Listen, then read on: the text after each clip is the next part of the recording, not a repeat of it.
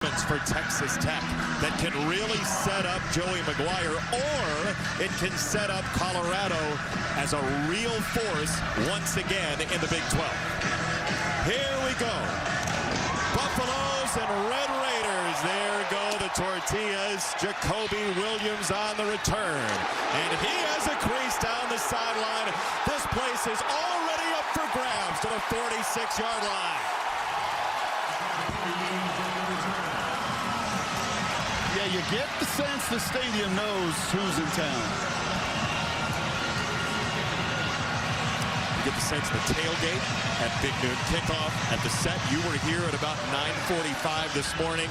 You can feel it in this place. And Baron Morton, a Texas native, has the reins of this offense. He's been really good with the football. And he's got to be the calm in the chaos. Just got to be the facilitator and the operator. A lot of talent around him, including Brooks next to him. It's an opening throw.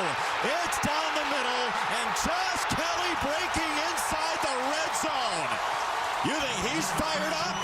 First down, Tech. Well, this is pretty simple. This is what they do. All of the run action. You can see the Buffaloes flying to the line of scrimmage. A little RPO. Barron sees that attack mode. He pulls it out and puts it right on the chest of one of the best receivers in the conference. He lit up Colorado last year in a different uniform for Washington State. 130 yards through the air with the Cougars. That was Kelly in the orbit motion. And this is Taj Brooks for 2 yards on first down behind an offensive line that comes from just about everywhere. But Rogers is the centerpiece, as Allison said. Making his 52nd start. Kelly is so good in that slot and amazing on third down.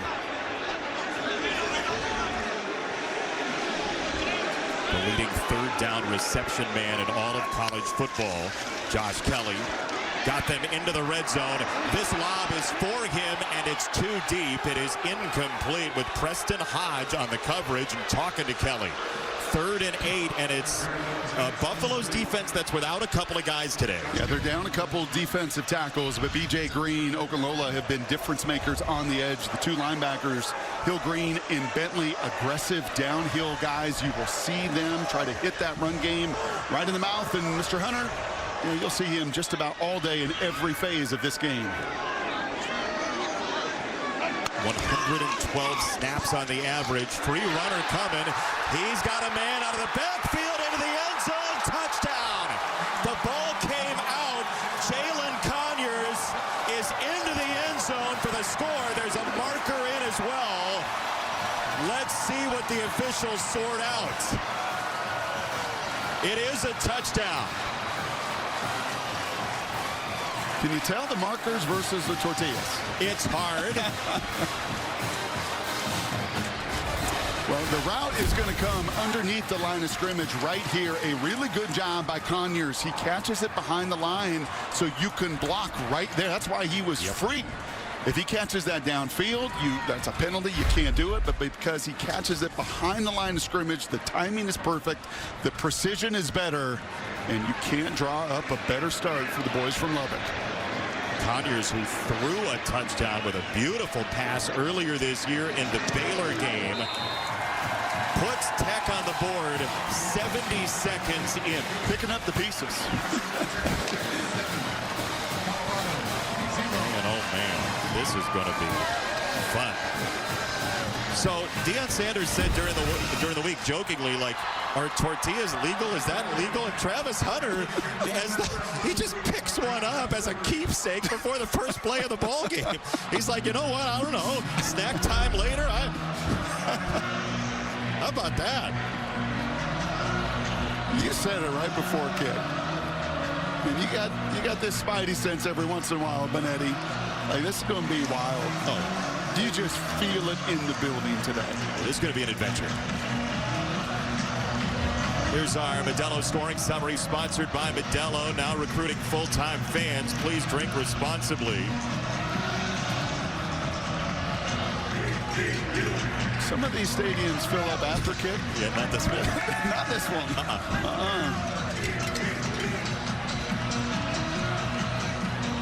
You said it. They have seen some absolute shootouts in this place. 66-59, the Crabtree game. We saw Michael Crabtree on set earlier today, and this feels like one of those games. But Mr. Mahomes is like, that was fitting. Scoring my uni in a minute 10. Reese Burkhardt on the approach. Jimmy Horn Jr. in a sea of tortillas. From the 10. He's not going to get to the 15. Great coverage by Joseph Plunk for Texas Tech. Shedeur Sanders, one of the most accurate quarterbacks in all of college football. He took a ton of hits earlier in the year. The offensive line has gotten so much better for him. Yeah, balance has been a key to that. They've been able to run the ball a little bit. Just one sack in each game the last 2 weeks after being under such duress all of last year. And look at that completion percentage. Second only to Dylan Gabriel up at Oregon. Completions, completions, completions. That's what his father, Coach Prime, said to us yesterday. There's movement at the line. It's Kareem Harden, the right guard. Number 55, offense, 5-yard penalty. Yeah, they've not faced this. You can crank all the sound up all you want in Boulder. And then coming off of a bye week, they've had plenty of time to prepare.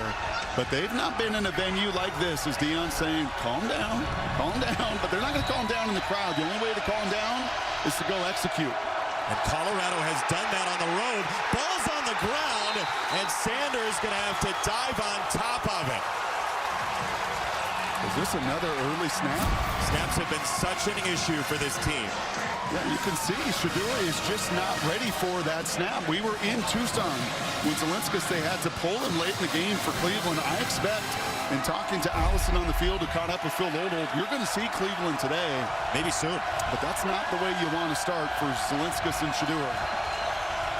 2nd and 19. Sanders on the throw. That's Travis Hunter. And these guys can break tackles. We saw it before the bye week against Cincinnati. One-on-one turns into disaster at points. And there is Zelinskas in the middle of all this. We'll see what the center position does. Yeah, and some moving pieces, playing a bunch of guys at guard. The tackle Seaton's been an absolute rock and stud as a true freshman. And speed galore. Maybe one of the best quartets. All four of those receivers with the ball in their hands. Danger. They're top 30 in the country in yards after the catch as a group. 3rd and 7. Augustive on the motion. It's a first down, and it is Wester. LeJontay Wester on the catch against a pass defense that has struggled at points this season. 132nd in the country. And struggle because they just can't get home without pressure. That time an all-out blitz, just 11 sacks from that D-line. Rodriguez is the rock right in the middle of it. And while experienced, pretty leaky on the back end. Colorado doesn't run the ball a whole lot. They're 62% pass. Augustive will lose yards here. And, you know, offensive coordinator Pat Shurmur says, we'll run the ball if we're gaining yards, but there's no reason to if you're not. That's right. And they've been able to the last couple weeks. Arizona, Cincinnati, those fair fight, equal numbers in the box, been able to run it. Not that time. Sanders loads of time. He'll scan. He'll roll.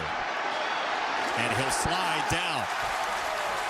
Hemmed in beautifully by Texas Tech. Dyson and Esters together. It's a loss of 3. Yeah, that was going to be a screen, and it was covered. Men were downfield, and Shedeur knew he could not throw it down the field.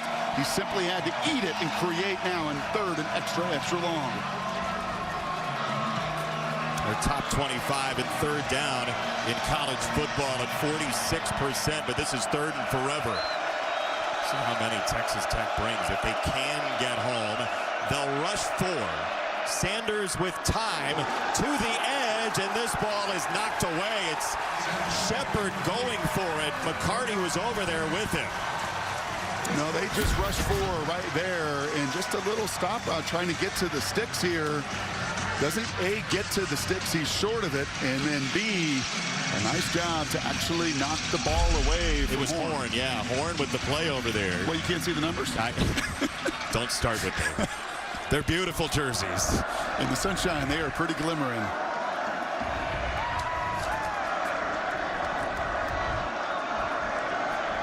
They're as energetic as the crowd right now, and that scares me.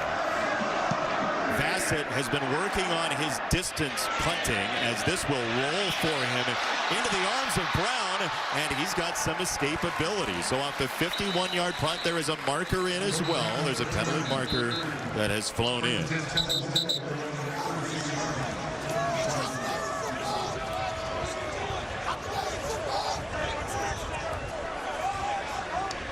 Tuta Salam doesn't want to be hydrated as yet. He's got a penalty. First. During the return, illegal block in the back, receiving team. It's a 10-yard penalty from the spot of the foul. First down, Texas Tech. Both these teams are 100th or worse. Tortilla. It was like one bite and done for Rob Stone. The 11th meeting all time. First meeting was 1962. Last time they were together in the old Big 12 days. And here they are once again. Taj Brooks is doused in the backfield. Nakai Hill-Green was in there first.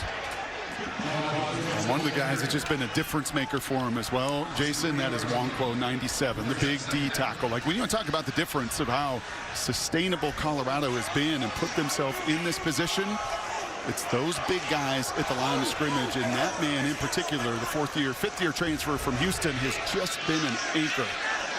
33 games in 4 years with the Houston Cougars before getting here to Colorado. It's a short pass and a catch and run once again for Kelly and a first down, Texas Tech. This is also a very good yards after catch team. Yeah, and a good tempo here, but this is the key. They're going to do so much of this by alignment. Man-to-man coverage, what you get from Colorado. And you see that stacked alignment. It's down on the perimeter. They did it right there at the edge of the line of scrimmage. Makes it so hard against press man coverage to stay sticky with them, and Kelly is elusive. You mentioned tempo. We'll see how much of it Colorado sees this year. They felt like they might get tempo in a couple games, but did not really see it. And there's a dance for Jacoby Williams into Hill-Green to gain a 2 in a little post-play discussion. But talking to the defensive coordinator, Robert Livingston, for Colorado, he did say, interestingly enough, when they thought they were going to see tempo, the play caller was also the head coach. Correct. Which sometimes leads to quote-unquote complimentary football rather than tempo. Trying to manage that game more so than if you've got an OC that just wants to be all gas, no brakes, like they want to do here in Lubbock typically. We saw Travis Hunter over there. If it is tempo, we'll see how that affects his ability to play something like 112 snaps as well in this game. There's Brooks again. He's got 5 yards there. It's 3rd and 3. And one of the keys, whether it is tempo or just number of plays, Colorado's down some people. Cokes didn't make the trip, the D-tackle. Buell once again missing his 4th game. Wester, the backup linebacker, out. So some bodies in that front not available this afternoon. Baron Morton with a pump. They go to that wheel route on the rail, and it's caught by Brooks. The running back out of the backfield has really hurt Colorado this year. It sure has, and you're going to see Miller, the tight end, right here. I'm a little surprised we don't see a penalty. That's a pretty good bump against the edge player, Walker. You don't get the call to get the conversion. Morton loads up. He got hit as he threw, and that ends up incomplete. BJ Green provided the heat. Our Get More game plan sponsored by Geico. Get more with Geico. Brock will pander to the locals. Well, you know, you get later in the year, you simplify things, and for Colorado, finish drives, right? Finish in the end zone, finish in the 4th quarter. It's going to be a 4-quarter game. And for Texas Tech, you would just want to wreck them. You want to play with aggression. You want to be able to run the ball at them. And then as Jacob Rodriguez said, the middle linebacker, we've got to be violent, and we've got to hit them over and over again.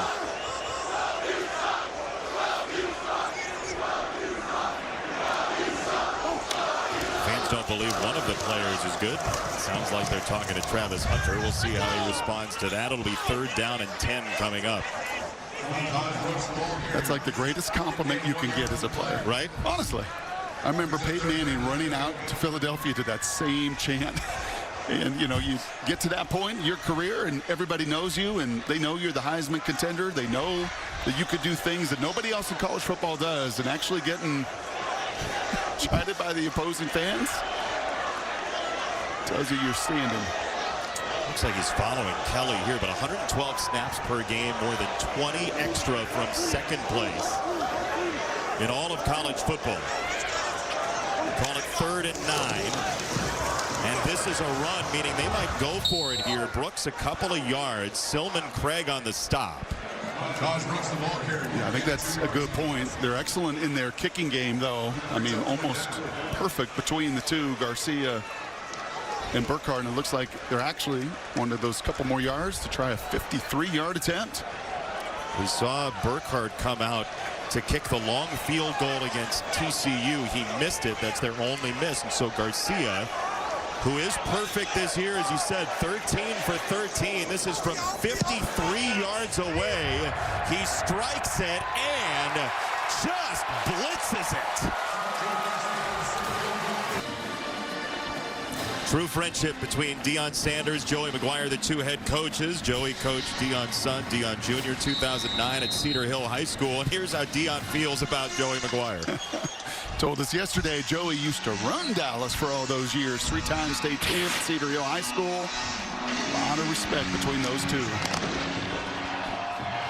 And it's McGuire's Red Raiders leading 10-0. They've scored in their first 2 touches of the ball. Jimmy Horn Jr. takes the brunt of it again as we say hello to Allison once again. Well, Jason, we saw some struggles on Colorado's offensive line, and I talked to O-line coach Phil Lodeholt before the game. He said with his center, Hank Zelinskas, there have been some issues, some struggles, especially on the road.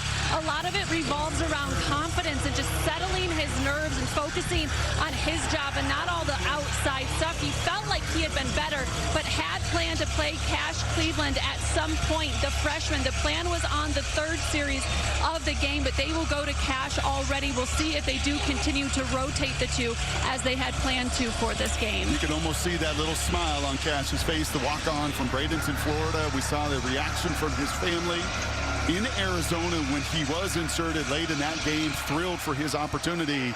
And he's got to be a great communicator because this place is going to get loud. That smile almost says, I'm playing with house money and I'm happy to be here. He's got a big job.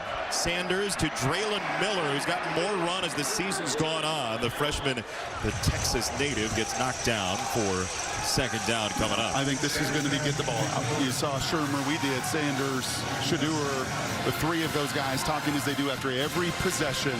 One way to calm things down is just get the ball quickly out of Shedeur's hands to all the playmakers that stretch across the field 53 yards wide. It's him and Dylan Gabriel for the most accurate quarterback in the FBS, and specifically the top 25. Augustive got strung out at the edge by Amir Washington, and it's 3rd down and short. Here's the conversation you're talking about. Yeah, and they do this, and the tablets are awfully nice. So they have all their openers. They look at their different situations. They eventually get to the tablets. Lots and lots of communication between a veteran play caller and a veteran quarterback. Sanders feels the rush, gets it away, and it's incomplete. That was Rodriguez, their leading tackler, and just a force speeding him up. He is just a pest. Are they going for this? They certainly look to be considering it right in the middle. They want to get right to the face of Shedeur as quickly as possible. Now the punt team eventually does come on, but Jacob Rodriguez, the leading tackler in the Big 12, and he told us, I want to hit that guy. I want to hit Shedeur. He needs to feel me. And the best way to do that as a middle linebacker is right there between those A-gaps. Tim Taruta, the defensive coordinator, I've never heard it put exactly this way. He said he's a sponge, but a sponge for drill work. Specifically that and the work that he puts in, as that punt is not good by Vassett. He's been great at pinning teams back. This part of his game has been a little different. I believe y'all have everything it takes right here. So make sure when you come to work every single day, when you step out of this building or step in it, you're all in. And I got a little surprise for y'all to show you how my belief and what y'all are doing here. Our design spotlight sponsored by Adidas. Just out of the iron sharpens iron mold there, right out of the smithing of Patrick Mahomes, who designed these jerseys and contributed them to the program. And they are sleek, and so is this offense so far. His relationship with the quarterback, Baron Morton, has been documented, but a couple of very important conversations they've had over the course of this season, Allison. Yeah, well, you know, Joey McGuire said that Baron Morton has done a really good job of going from gunslinger to true quarterback, and a part of that is because of the conversations he's had with Patrick Mahomes. He told him that if he had to do it over again, he would take it a little more seriously being quarterback here at Tech. And a flag coming in. 2 of them, in fact. One on the near side. We'll get back to you in a second after we sort out all this. Great to be a gunslinger, but you've also got to be a blacksmith. You've got to do the details, the hard work, the fundamentals, and the coach's son has grown in that way here. His father was a running back at West Texas A&M. There are 2 fouls on the play. Offside, number 93, defense was lined up in the neutral zone. That penalty is declined. Pass interference, number 24, defense. The ball will be placed at the spot of the foul. Automatic first down. So at the pass interference, they take Allison Moore. Really impacted the way Morton prepares, the way he takes care of his body, and the way he just appreciates playing this game. He talked to Mahomes before they got into conference play. He said, soak it all in, man. Saturdays with your guys, they are special. He's definitely enjoying this one so far. Yeah, he absolutely is. Thank you, Allison. And he's happy to hand it to Taj Brooks, who will lose a yard. So he's got 11 total. He needs 110 to set the record for Texas Tech rushing in a career. Yeah, but I think you see here in possession number 3 the plan, right? To hit those body blows between the tackles and then the run pass option off of it. If you're going to commit, if you're going to come downhill, you'll throw the slant, you'll throw the rail, you'll throw all of the concepts off of establishing the run game first. They are without a couple receivers once again, Hudson and McCray. This will be a patented Texas Tech crosser, and it's Caleb Douglas who makes the catch. It'll be 3rd down coming up. Really nice tackle by Hodge. Back into this Colorado defense also has been lights out. Travis, obviously the tip of the spear, but Hodge and nickel has been so solid. McKinney, the transfer Hood from Auburn, all of them on the back end playing with extreme confidence. I saw Hodge play the ball very well against Cincinnati a couple of weeks ago. He's got 2 picks on the year. 3rd and 9 from the 42. Maybe some yardage, gets them a field goal try again, or a go for it on 4th down. Here's another crosser. It is Aiken running free inside the 20. And Aiken, who has been so consistent, gets a first down. It is the same concept, right? It's catching this ball at or behind the line of scrimmage. So therefore, you can block. If you're getting man-to-man coverage, it's not a pick if caught at or behind the line of scrimmage. So Colorado's going to have to make a little adjustment here because these are creative concepts done now in 2 or 3 different ways to tight ends, to wide receivers, and getting big chunk plays out of it. You see the history of this offense making itself known in this game. And Zach Kitley, the offensive coordinator, was here as a GA with Cliff Kingsbury. He was here as a kid when Mike Leach was running this place, and he grew up loving this type of offense. Well, and this was a fun plan for him this week. How many different ways can I find to attack man-to-man coverage? How many different alignments? How many different motions? How many creative ways to use my tight ends, my running backs, my receivers? This is the kind of week that lights you up as a coordinator because you know that your creativity and ingenuity and scheming can go a long ways. Off the substitution, some of that ingenuity. There are 2 tight ends in the ball game split out as wide receivers with Kelly in motion. Morton looking that direction. He was waiting for Kelly, and now he's sacked. He's dropped at the 21 by B.J. Green. Well, and this is all effort right in the middle. You're going to see Green. Now, excuse me, that's the left guard he's going to beat here, but it's all effort. It's blocked initially. Got plenty of time, more than 3 seconds there, but Green doing what the rest of the Buffaloes have done the last 4 weeks. That's now 18 sacks over the last 4 games. They have been relentless. You watch them in warm-up with Warren Sapp and those guys getting them going. All want to there for the negative play from Green. It's about 4 sacks a game for this defense for Colorado. Now Morton with some time, rolling again. Morton to throw to the sideline, and this is incomplete. He wanted Taj Brooks, and the sideline hemmed him in, so a field goal try coming. That's a big stop right there. You can see the frustration for Brooks knowing that field goals more than likely are not going to be the difference here. Clearly out of bounds with that left foot. Colorado at least stopping some of the momentum here with a negative play and now the field goal attempt. could be part of the reason Colorado decided to defer after winning the toss to settle into this game and get the ball out of halftime. But the one promise is if Texas Tech lines up for this place, if you've not been here for a college football game either recently or ever, they've changed the stadium dramatically. It is a beautiful place to watch a game, and it is rowdy today. Colorado will get it back. 3 touches of the football for Texas Tech. 3 scores. Allison Williams was listening in on the Colorado sideline. Yeah, not happy with how things have started, as you would expect, and the frustration starting to show. You see wide receiver LeJonte Wester here talking to his quarterback and fellow receivers, offensive coordinator Pat Shermer as well. Definitely letting his frustrations be known. And I'll tell you, though, watching Shedeur, like, so calm. He listens, he accepts what they're saying, and then he just kind of calms everybody around him. He went and sat with the offensive line. He told them, calm down, settle in, we are good. There's frustration, but he definitely tries to keep things calm. And he got that old soul to him, right? That's why his nickname is Grown. He's ready to throw on first down. A lot of time. That pocket collapses, and he'll just have to throw it away. LeJonte Wester actually might have had a play here. Yeah, you're going to see him on the outside. He is speed going down the numbers. With the throwaway. You can imagine some of this going to build. This is what happens with expectations. This is what happens when you're in a place you've never been and you want to be the difference maker to keep it going. Not surprised to see some of that emotion and frustration here early. No, Colorado's not the first college football team to be stressed in an environment like this, as Dallin Hayden has this carry, and this is where the run game can be something of a calm. Oh, it has to be.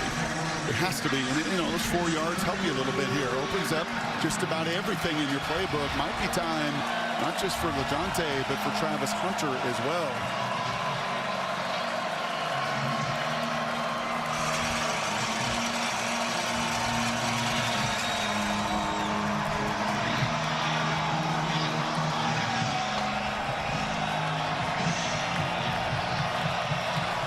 Third and 6.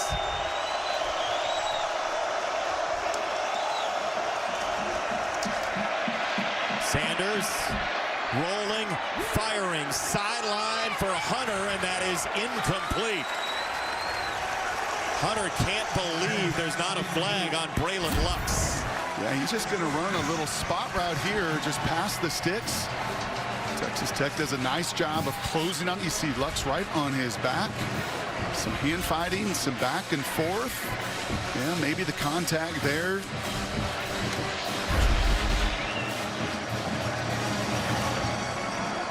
We're 1 for 4 on third down now. And that's a low percentage play, though. I mean, that's a scramble. That's trying to get on the playground. He doesn't like the no call. He'll put that in his back pocket and know that, okay, if you're going to call it that way, then I'll be aggressive when I'm back on the field as a corner. There is Bassett. After a less than 30-yard punt last time, this one goes spinning inside the 25 and rolling sideways to the 20. It's a 50-yard punt this time. So Texas Tech, I mean, talk about 51-50 in the opener, overtime. They start the season 5-1 for the first time in 11 years. They had the injury to Morton in the TCU game. It's a little bit of an outlier. The Baylor game was a disaster for him defensively, allowing 59 points. But Taj Brooks gets a touchdown in the final seconds at Iowa State, and that feels like one of those games that announces Texas Tech to the rest of the world. Yeah, this has been now year 3. You build to that. Adversity comes and you weather it and you get that huge win on the road. And they're playing off that confidence right now. Brooks is hit right in the hole. Man, oh man, Taj Brooks on the run, and he just got lit up. That was Bentley. Levante Bentley. Right under the block of the left tackle, Merriman. He beats the left tackle to the block. And then he hits. That's what you've got to do against Brooks. You're going to see it right here in the middle. He's going to beat the left tackle. He reacts. He sees it coming, comes underneath that block, and then puts his face right into the fan. We had a player tell us that one last year, and you haven't forgotten. It's just such great imagery. It's second down at 8. They'll run it again. Brooks has not had a whole lot of running room so far. He's got a yard here. It'll be 3rd down and 7. Yeah, that was Bentley once again. These two linebackers are really good. Hill Green, Bentley, they've been around a lot of football. This is 6th year for Bentley. He's seen just about everything under the sun. His buddy next to him, Hill Green as well. Yeah, this front 7 at Colorado, very different than a season ago. Looks like Texas Tech is done snapping it. Those linebackers better be good. It's not a very deep room today. No, it's not. No Wester behind him. As I mentioned earlier, a couple D tackles in front of them did not make the trip. And Travis Hunter, a lot of juice before the kick. This is the end.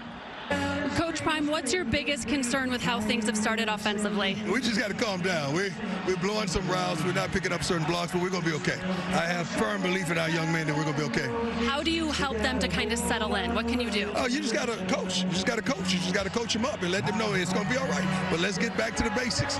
We getting our butts picked. We're getting picked like crazy defensively. That's why they keep catching the unders and all that. We alerted the referee officials, but we don't want to complain a bit, but that's what's going on. Gotcha. Thanks, Dan. God bless. That pass incomplete on 3rd down. Hodge on the coverage of Jordan Brown. Look, those crossers, those under routes are a signature of Texas Tech. It is, and I think there was one early on the DN Walker that clearly could have been called. The other 2 were at or behind the line of scrimmage. Going to give a little leeway there and not going to call those, but that's a stop they needed. That is a 3 and out, and you could see it right there with Bear Morton. He knows. Don't give these other guys any confidence in any momentum, because once they do, they get hot. There's a big 3 and out, the first one for the Colorado defense today. So LeJontay Wester should get the ball into his hand from Burgess. It will be a fair catch. So Colorado will have it off of that from the 32. For the Buffaloes, if you haven't seen him, predicted to finish 11th of 16. They did not close strong last year. That's part of the ranking, but who cares about the rankings, right? If you're going to win 3 straight road games for the first time since 96, nearly 30 years, you're going to go to a bowl game. But Deion Sanders said to us yesterday, he goes, this is the playoffs. We want to get to the college football playoff. That's the goal here. Yeah, and really over this stretch, winning 5 of 6, save for the Kansas State game. Not been a tremendous amount of adversity. Got up on the opponents at UCF, got up on Arizona. First time in some time, especially on the road, where they're looking up at that scoreboard and not in the rhythm that they've been in earlier.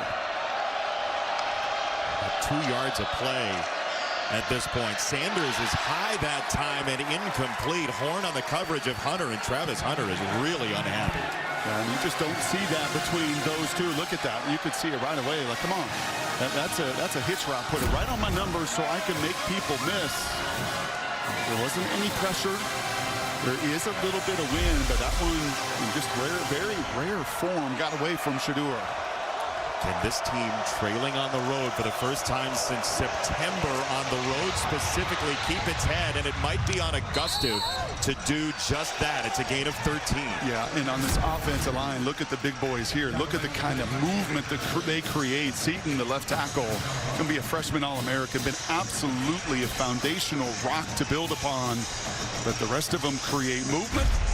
Augusta moves the chains, and a run game can indeed, Jason, settle a lot of things down. The last couple games, they have been outstanding in the run game, and they have controlled those games for the most part. This is play action. It's Sanders with a pump and a lob, and a big hit coming. Down goes Augustive. C.J. Baskerville set him aflame. He's the 3rd leading tackler on this Tech defense. The other 2, the linebackers, and he comes up and just textbook right through the legs. Kill the engine. Big pickup there by Augustive to clear the pocket for a moment. Sanders gets hit and he goes down. It's a sack for Texas Tech and Jacob Rodriguez. There he is again. He is just a difference maker. The former quarterback, 10,000 all-purpose yards as a stud quarterback. That's why he loves all that drill work. He's still learning to be a linebacker. But he gets right into Shedeur. He mixes it up. He creates the 3rd and extra long. And nowhere for Sanders in that offense to go. His wife, Emma, who is here at the game. Allison will tell her story later, and their story as a pair. Emma has given her life to our country as this is over the middle, and Augustive with the catch. Jacob Rodriguez, his wife Emma, who is in Alabama serving in the armed forces this Veterans Day weekend. It is a very cool story. They get to see each other about once every 3 weeks or so. Was he fun to sit with yesterday? Oh my goodness. What's the biggest key? Violence. Violence is the answer, he said on the football field. Yes.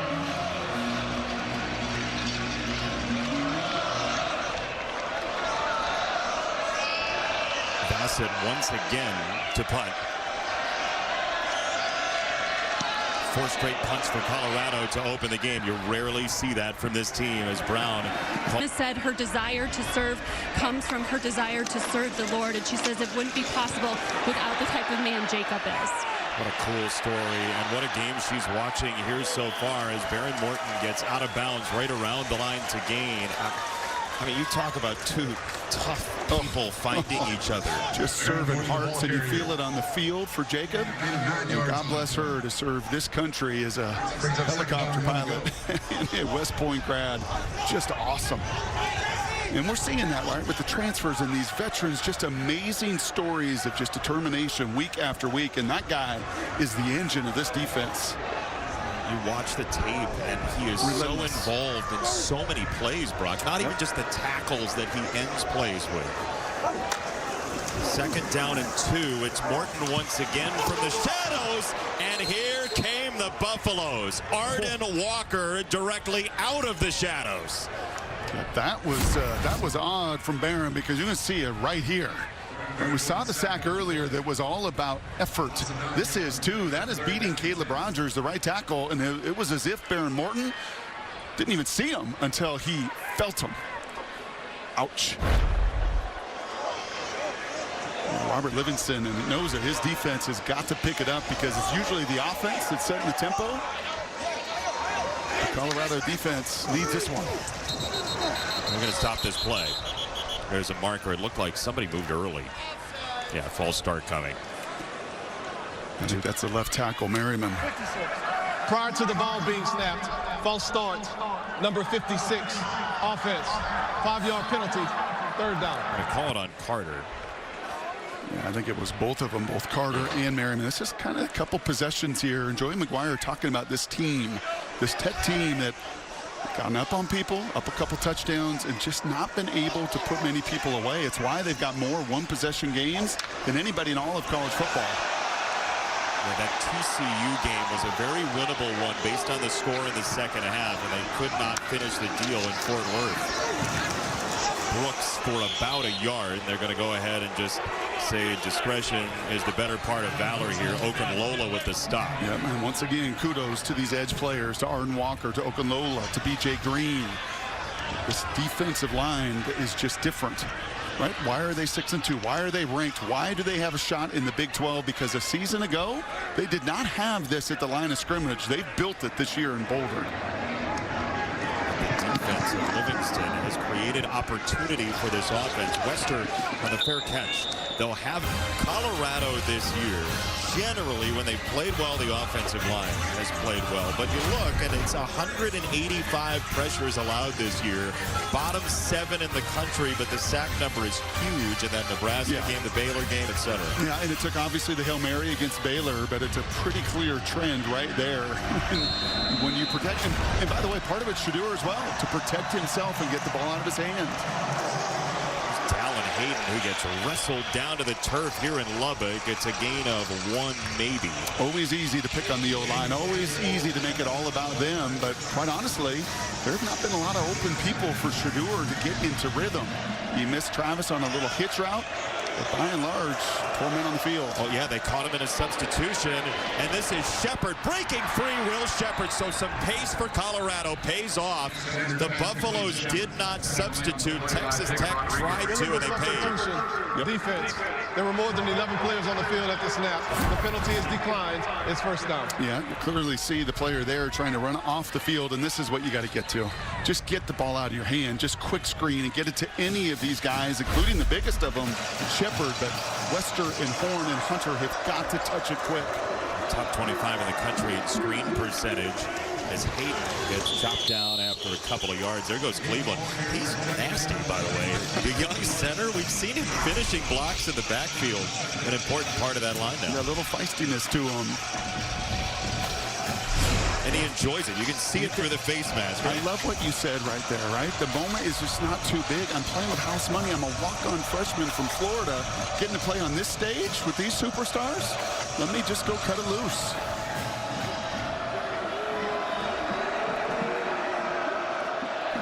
Empty on second down for Sanders behind Cleveland. It's a quick throw. It comes to this side, and it's Shepard once again, and he'll battle and get shoved back. Baskerville was in.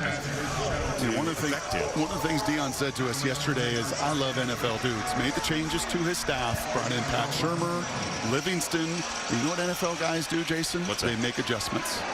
They make adjustments, and they make them in a hurry. Okay, we're getting picked. You know what they've done the last 2 drives defensively? Play zone. Okay, we can't protect right now. They're covering us downfield. Get the ball out of our hands on these quick screens and quick touches. NFL coaches typically make great adjustments. Adjustment at the line for Wester there. Sanders, they got a hand on him, and now he'll stagger across the 25. And by the way, so do college guys. It's just a little bit different. Right? How? Well, a lot of times college guys have their scheme. This is our scheme. We can make little tweaks within our scheme. NFL guys make adjustments to get your players involved. Not plays, but players involved in the game. And Pat Shurmur doing so on this drive.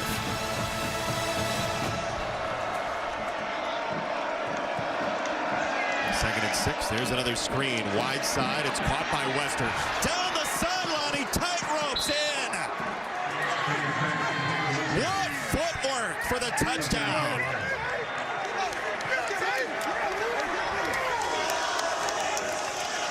Pretty simple, man. Right here, just a little bubble route. Now watch Travis up top. He gets nothing in the Heisman voting. There's no stat other than that block right there. Sets the table. He takes 2, and you feel Wester's jets.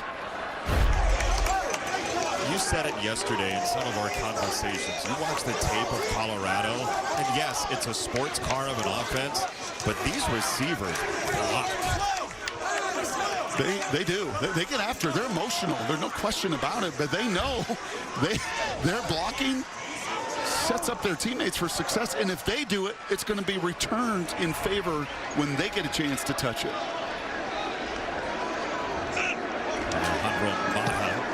On the extra point, and that slices through. It didn't take long for Colorado. Have that film in real time to watch together, so you can make those kind of adjustments to get your difference makers the ball in a hurry.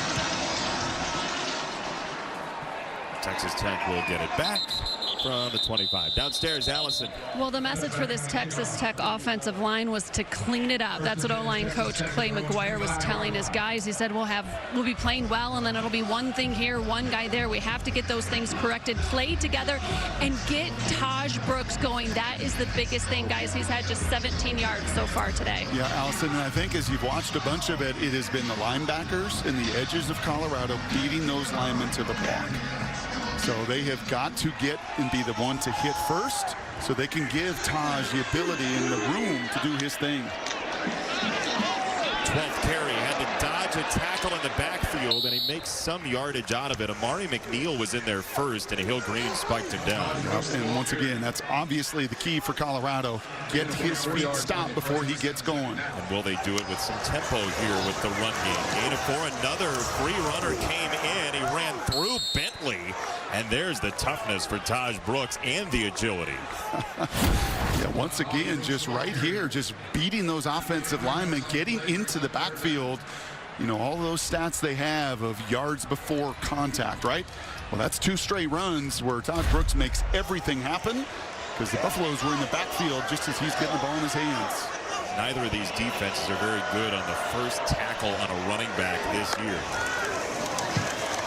3rd and 4, another run, and he leans to pick up the first down. It's all Brooks, so exactly what Allison said. This was a demand that they feed Brooks. Yeah, well, that's 185-pound Stillman Craig against a 230-pound running back. And he goes right for the legs. He does exactly what you have to do when you're giving up almost 50 pounds, with enough strength to move the chains, and those are some powerful legs. What do you squat? I don't know. 600, 700. Shrug. First down. Right back to the ground. And the door closed, but he fights for a couple of yards. Talking to Baron Morton about Brooks, he said, like, field level, what surprises you? He said the acceleration that sometimes you just don't even see a hole, and he bursts through it, and that was almost one of those plays right there. Yeah, because he does not mind having his feet stop. That Le'Veon Bell that he's been compared to, where he will just jump stop because he does trust his acceleration and his ability upon that contact to move the pile. Livingston said, hey, a little Jonathan Taylor in there as well, as we'll get a marker come in, and Texas Tech can't afford that after 5 straight runs. That's exactly what Allison was talking about. False start, number 72, offense. 5-yard penalty, second down. It's the center, Sheridan Wilson. Yeah, Clay McGuire, the offensive lineman that Allison was listening to. Come on, guys. It's going to take all 5 of you. Right, really, against this group and against this front and these linebackers, all 5 have got to do your job. If one of you doesn't, that play gets hit in the mouth, and then another false start pre-snap penalty at home. McGuire doesn't like it. So they'll stick to the run, and that is a massive collision with Hill, Green, and Brooks. You know, just a couple faces in the fan. That's all it is, Jay. What a meet and greet. Now moving at the line. Free play coming for Texas Tech. On a 3rd and 11. What a bonus here to go downfield. It is picked off by Travis Hunter, but it's not going to stand, and he knows it.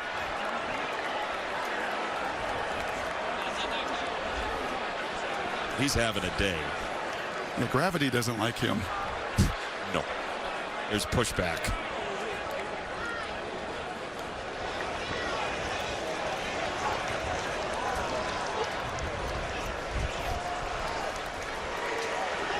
It's on McNeil. You obviously see these Buffs have been hyper aggressive in the neutral zone. Clearly, Barron knows it, and then he decides to throw it up. Maybe throw it to the other side.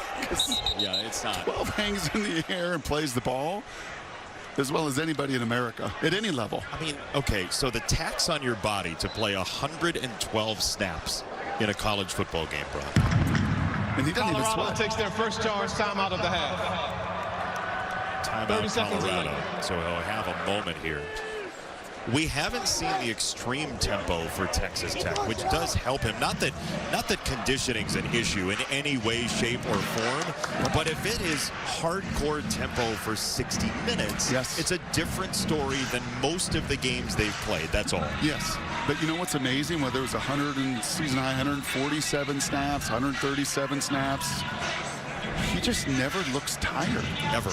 I mean, I remember watching him in high school and thinking the same thing, like how can you never, and that was in the heat and the humidity down in Georgia, like it's just as Dion and the rest of the guys say, it's just what he knows. Like, it's not a big deal to him. You all make it a big deal on the outside. This is all that he knows, and it's as if his body is totally equipped for it. You know, there was that story about Travis on Dion's property on the ATV or whatever, and one of us asked, how do you let him do that? And he goes, first of all, Dion said, you don't let Travis do anything. He does what he wants to do in life. And it has paid off for him in a big way. 3rd down and 6. Off the motion from Douglas, Morton sees the pocket collapse, and it's incomplete. So 4th down coming up, and you see the confidence building from Silman Craig in this defense for the Buffaloes. Yep, and you just see some of that zone defense, trusting the 4 guys to rush. Barron's like, hey, play that man. I sure like the man coverage and guys open, because when 4 are breathing down my neck and 7 are in coverage, I've got nowhere to go on 3 straight possessions. They're 73% press coverage for the year, Colorado. Not today. Not today. And that's another difference for this defense under Livingston, is they have more weaponry in the playbook as well. Don't forget, Colorado gets the ball out of halftime as well. Western, a fair catch at the 17 off a 43-yard punt. Travis Hunter has been very busy, as always. Yeah, not the big numbers, though. That was a third down. He was looking for a penalty. That was an early down throw that just gets away. And kind of brotherly love there between Shedeur and Travis. Really, that's what I see. A couple brothers out there. Defensively, he has been mixing it up. Has not really had an issue. And that one, unfortunately, called back. But I will say that what doesn't show up on that or on the stat sheet, honestly, was his block to spring his buddy Wester for their last touchdown. The only points for Colorado. You see Hunter out there for a pivotal drive for the Buffaloes. At least they hope so. On first down from the 18 officially. Augusta was a big part of that last drive. He's out of the backfield, won't get it. Instead, it is Hunter breaking a tackle to the 34. So many weapons in this arsenal. Yeah, and just so smooth. You're going to see him on the in cut here. And the key receivers is stay flat. Come right downhill, flat to the ball. Don't give ground. And that may just get him going as well. Second catch today. First down. Sanders loads the time again. He'll float it over the middle. Hunter pivots hard, gets across midfield, and picks up more yardage to the 44. Yeah, the exact same route. Right, so do it again. You're going to see him come from the left side right down the 50-yard line. This time Shedeur able to stand in that pocket. Hunter comes flat and back-to-back chunk plays. Augusta on the ground. He'll get a couple of yards. Second down coming up. It looks like Anselm Nadori with the stop that time, the freshman.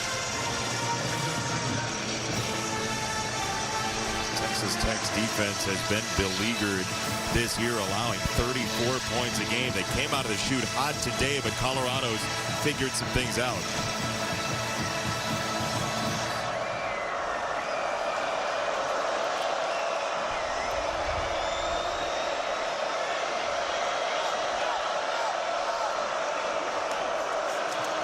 Second and 7.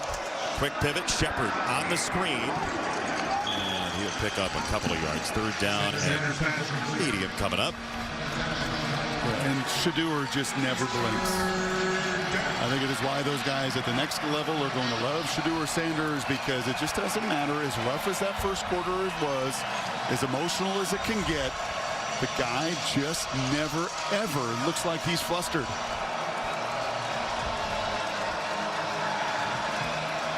Every third down has been a pass so far today. They're 1 for 5. See if it's Sanders again, that calming presence. It's Augusta breaking a tackle and leaning. He's going to be just short, it looks like. That yellow line is not official. This is going to be really close, Brock. Kind of like we saw the Buffaloes do behind the line of scrimmage. Watch the Red Raider just come flying in here and make contact. But Augusta's got enough strength to keep the legs driving and create a fourth down. 4th and 1. Looks like about a half a yard they have to get, and they'll do it after the 2-minute timeout. Enormous play. This is the 2-minute timeout. In this ball game. The #1 citizen in West Texas. And this has been a dandy so far. Topsy-turvy, tale of two very different quarters for these offenses. Colorado stuffed a number of times in that opening drive. We've talked about adjustments. An awfully big fourth down here with the Buffs getting the ball to begin the second half as well. I'll line up out of the gun this time and see if Sanders walks up. Oh, there's movement at the line. This is a false start coming. It's Smalls, the tight end, who jumped. Oh, my goodness. Well, there was a little movement from Texas Tech's defensive line. Number 31. Remember the conversation before the season about the stemming and the movement by the defensive line. Look at Tech, they move. And that little movement then creates a flinch from both Houston and Smalls on the right side of it. Catastrophic penalty. Is it an unnatural act? Is it meant to bait? But you're allowed to move. You can move. 4th down and 6. Gamesmanship.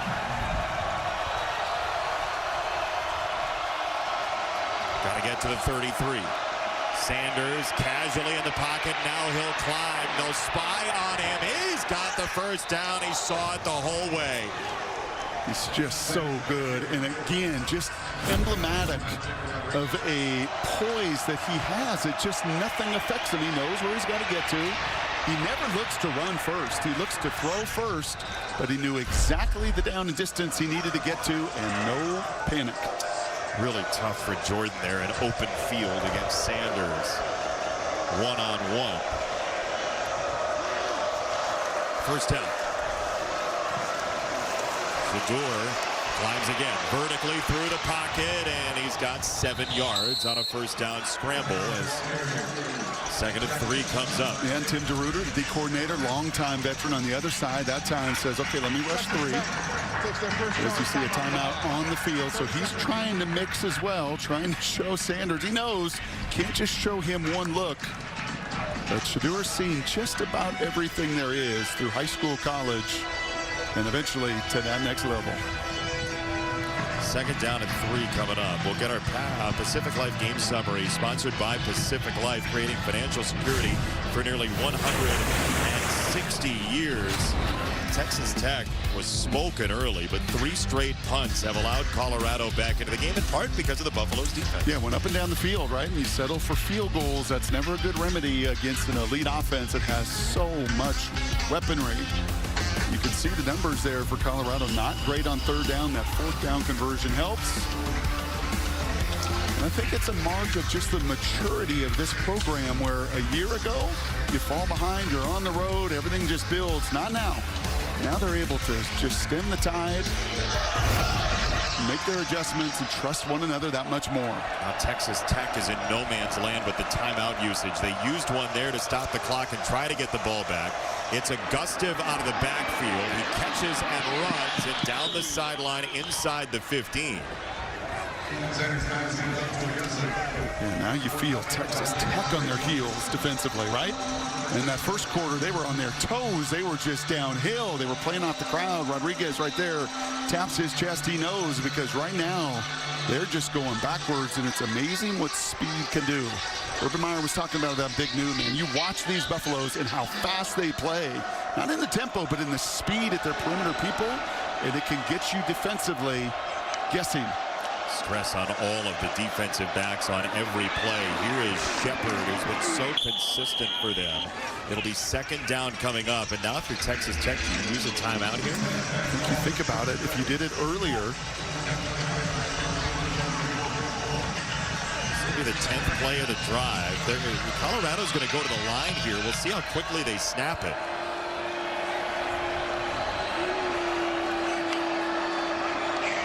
Another possession in the balance here. Sanders fading back, and he will wing it away. Incomplete. It was Ben Roberts who was in the backfield. 3rd and 4 coming up. Yeah, pretty good job here. Just not going to sit back and drop 8. We're going to run a little game. Finally get to Shedeur on this drive.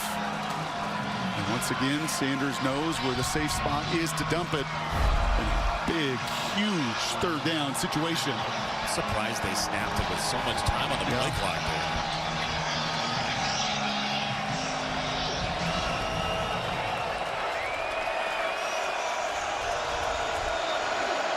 there. Miller in the backfield, 3rd and 4 for Sanders. Here's pressure, back of the end zone, incomplete off the stanchion and near the official. And the pressure from Dingle that time sets up 4th down. Yeah, getting to his face, right? Don't play on your heels somehow, some way. Get into the space of Shedeur and make him uncomfortable. That time a pretty good shot as well. So the field goal now, but it's 34 seconds. Texas Tech didn't use the timeout. Colorado didn't bleed off all the time. They kind of both played in the middle there, timing-wise. The game of chicken amongst friends. Yeah, and I don't even know that they meant to. Mana's been great. He's made 7 straight, make it 8 consecutive field goals. The kicking game, place kicking-wise, has been tremendous for both of these teams. Sanders has Colorado within shouting distance now at 13-10. I just love that. I love the communication, right? And just trying to get to answers. Trying to help your receivers kind of understand the timing, and we're going, hey, man, I'm getting hit back here too, so maybe pick up the pace just a little bit. What was fun yesterday, a walkthrough, was watching Kenny Perry, the longtime high school coach who's the special teams coach and running back coach. And man, did he get after these guys, and is he ever demanding and exacting. And you could see it. There was a kickoff. He didn't like it. Reboot it. Do it again, knowing that if you can get Jacoby Williams, that little freshman that's electric in space, there's some yards to be had, and a big-time return sets the table now in Buffalo's end of the field. Would love to have that time back with the timeout you didn't take, but you can understand why they play the middle ground as well. This is a run with 2 timeouts and just a thunderous run for Brooks into Hill Green and Silman Craig. They'll use the timeout. There's kind of a hush over the crowd here. Texas Tech takes their second. I don't know that they love the run call. 30 seconds in late. This has been really interesting for both teams because there hasn't been a decisive strategy either way of how to handle the clock in the final minute. Has it been kind of like the Big 12 this year? Absolutely. It's a great analogy. Just in big picture, and you see Zach Kitley right there. All of their great man concepts were awesome in that first quarter.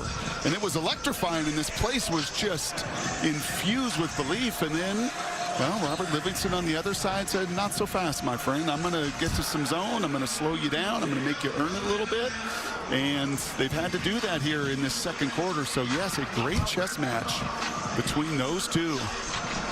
And I think the locals are grumbling a little bit. They kind of like to throw it here. Sorry, what? They like to throw it. I heard you. A lot. Okay. 2nd down and 6 for Texas Tech. 1 timeout remaining. This will be a throw, maybe. Morton has to escape. He gets to the sideline. His coaches are saying, turn it upfield, and it looked like he got out of bounds. Arden Walker took him out. Now 8 seconds left. You could see the whole sideline there, and I think Joey McGuire, he's like, go. Brings up 3rd down. Get some yards here. Whatever you do, do not take a sack, and understand there are only 8 seconds. And you have a great field goal kicker as well. 3rd down and 3. They'll go to the sideline, and this is incomplete. He wanted Jordan Brown, so now it's a field goal opportunity for Texas Tech, but that drive changes if you have an extra 20 seconds. Yep. It's going to be a 53-yard field goal.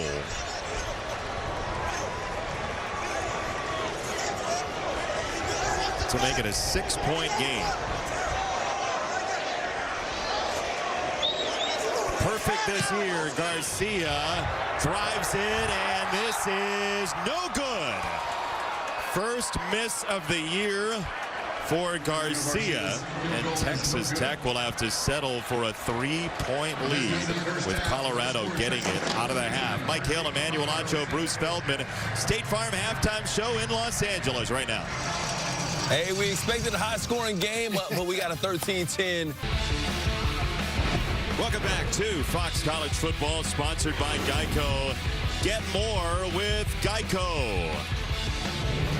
Halftime score, Texas Tech by 3. Total yards pretty even. Colorado has struggled on 3rd down. And the time of possession pretty even as well. So we take a look at our next level moments, sponsored by AT&T Business. Reliability for your business is our business, Brock Hewitt. Yeah, 2 very different quarters. First quarter was all Texas Tech. There's Josh Kelly on the first play on the little RPO. They come back with a touchdown to the tight end Conyers. A really nice concept here. A little blocking downfield. The ball caught behind the line of scrimmage, and it was all Tech in the first frame. And then, well, even including a little bit of pressure on Shedeur with a couple sacks. And then, well, then Colorado decided to show up, and some of their superpowers and stars and playmakers. Travis Hunter with a nice catch. And then Travis Hunter with a tremendous block on the perimeter, really knocking out 2 guys so his buddy Wester could turn on the Jets and take it to the house. And, yeah, just 2 very different games between those 2 quarters. Are you surprised in the Big 12? If Texas Tech wins this game, we could have a 6-way tie for 2nd place. I'm not surprised. I continue to be reminded how Colorado is so much better built than they were a year ago. Yep. You know, last year they would not have handled, I think, this situation, and they would not have been able to hold one of the better rushers in all of college football to 17 carries for just 35 yards in that first half for Brooks. Colorado will have it first. Out of halftime, downstairs, Allison. It wasn't about adjustments. It was about playing within ourselves. That's what Deion Sanders says was the difference between the first and the second quarter for his teams. He did point out on offense, it was tough because they lost Jimmy Horn, their wide receiver, so they had some different pieces out there. The timing wasn't quite right offensively. He has a lower body injury, guys, is questionable to return, but Deion very confident in his guys in the second half. He said, we're a second half team. We're going to respond with some points here to start. He's got confidence for it that's backed up by evidence. Yeah, Horn is a big loss as Sanders just kind of roaming, and he goes down. It's a loss of 2 at least on the play. Rodriguez helps him up. That's his 11th tackle of the game. Yeah, not surprised that the Big 12's leading tackler at this stage is anywhere too big for him. He is just a constant. When you watch any of their games this year, there's not one game where you do not see number 10 making his presence felt. That time a little RPO that had nowhere to go. A wrestler growing up in part because the family was frustrated with the siblings fighting at home. They said, you're going to go wrestle instead. It's paid off for him. Here's LeJontay Wester across the middle, just short of the 40. It's a first down for Colorado and a very nice ball. And that one whistled right by Rodriguez here. Look at the margin of error. There was 0 across the middle of the field. Remember, the middle of the field is where all 6 or 5 of 6 of Shadur's interceptions have been. That time, pinpoint precision.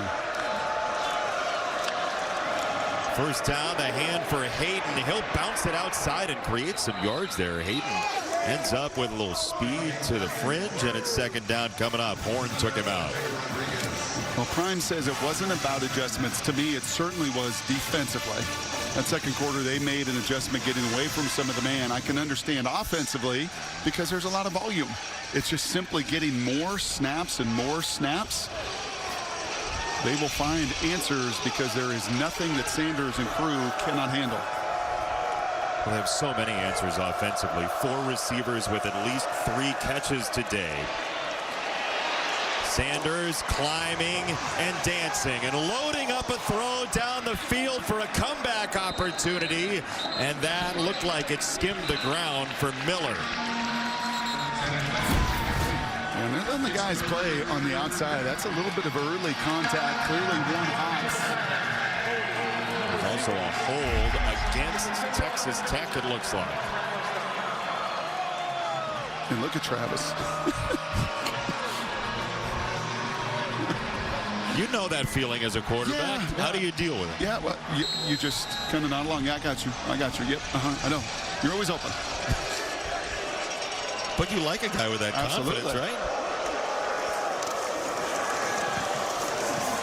Sanders, they get a hand on him again. Now he breaks away again. That's been the story of the second half, and then somebody looked like Dad there a little bit, didn't he? I mean, is this Niners Cowboys? He knows what state he's in. Right? That's a 13-yard gain. And once again, that true freshman right in the middle, Cash Cleveland, doing his job and holding his own, and yeah, a little high stepping in the open field. If he didn't have to hold the football, the hand would have gone behind the head maybe. That's awesome. Fake it to Hayden, throw it to Shepard on a first down catch, and he's wrangled out of bounds.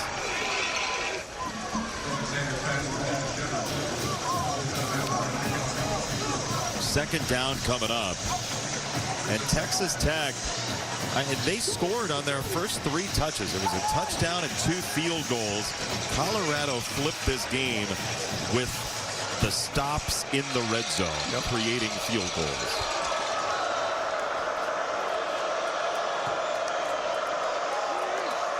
Second and 6. Sanders, quick hitter, and that's dropped by Hunter. I think the students are going to let him know about it a little bit. They're done. You're thinking right. Yeah, I think he drops this because, well, he's got space. It's some inside pressure. He knows he's ready, right? So he takes his eyes off of it because he knows he's got space, and he was ready to do something with it. And the locals are ready to do something they've done really all day, make noise on these third downs and make it difficult. They were not saying that the defense is stuck there, if I'm reading lips. I don't know what they said, but I know what they didn't say. Third and 6. Colorado 1 for 7 on 3rd down. Pressure from the safety spot. Got there. Sanders misses, incomplete. There is a marker in. Sanders took a massive shot low. That looked like a legal hit to me real time. Yeah, I hope that there's some conversation here as the group is getting together. That was an all-out casino cover 0 blitz. Chapman Lewis it was. Personal foul. Roughing the pass. Oh my. Number 25, defense. Dean Blandino is with us. What do you see, Dean? Well, I'd love to see a replay. Initially, I thought it was above the knee. You want to protect the passer in that defenseless posture. And again, really tough to tell if it's above that knee. Here, this will be a better look. That's high. I don't like that call. Dean, thank you. Yeah, look at it again. What are you supposed to do, I would ask? Can't hit high. Yeah, you can't hit high. You Can't hit below the knees, so you put your head right in his abdomen. Yeah, it's not good. That's a miss. And it's a huge miss.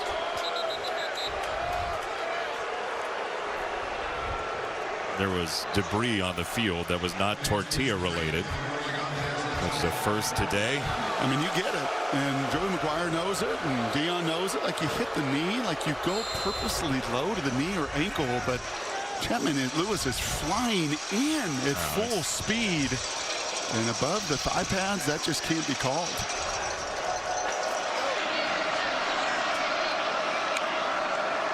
First down. Sanders, end zone for 100. It's too strong. And once again, he's saying, Shedeur, just keep it in bounds for me. I can jump out of the gym, but can he say something after the drop? Probably not. Well, Can he? Receivers? Yes. Okay. They've already flushed Don't that paint one. with a broad brush on receivers. They write books. Give me the ball, okay? Yeah, like a quarterback has never written a book. But he doesn't just want it for himself. That's the beauty of these two. He wants it because he knows he can do it for the team. Second down, Sanders. Little flip, got it to Smalls, the tight end who had the big penalty earlier, and now 1st and goal in his hands inside the 10. I know he doesn't get to wear the Mahomes jersey with the logo, but this is not. Is this not Patrick Mahomes right there? It is. Is Patrick now watching this game going, all right, young one, you're pretty good too. It did, didn't it? I know it's my jersey. I know it's my logo on it. But I know that there's just nothing. Again, I can't say it enough. It doesn't matter what the circumstances are of the game. He takes a shot. He misses a throw. Comes back right with that next one and just elevates people around him. 82 sacks the last 2 years. The definition of resilient. Shedeur Sanders. It's going to be either a timeout or delay. And Coach Prime is on the field calling timeout. Prior to the everything. Texas Tech Athletics Hall of Fame and Hall of Honor class, Danny Amendola, great punt returner here, wide receiver. They've had so many tremendous receivers here. Top 5 receiver ever, 2,246 yards. Think about like Kiki Kuti, Michael Crabtree, Russ Welker, Joel Falani. But this offense has been quiet recently. Colorado driving now. Out of the timeout for the Buffaloes, 25 yards and penalties on the drive for Texas Tech's defense. The mesh, it is Sanders, and he will waltz in. Touchdown. The Buffs lead for the first time. And just tremendous patience. Once again, we talk about the poise as a passer. They do not have to do this a ton. You'll see the mesh. And he reads that defensive end, collapse right away, right there. The eyes are on it. And he knows, with the help of his big left tackle seat right in front of him, touchdown number 4 on the ground. That actually leads now Colorado, of all rushers, finding pay dirt with his legs.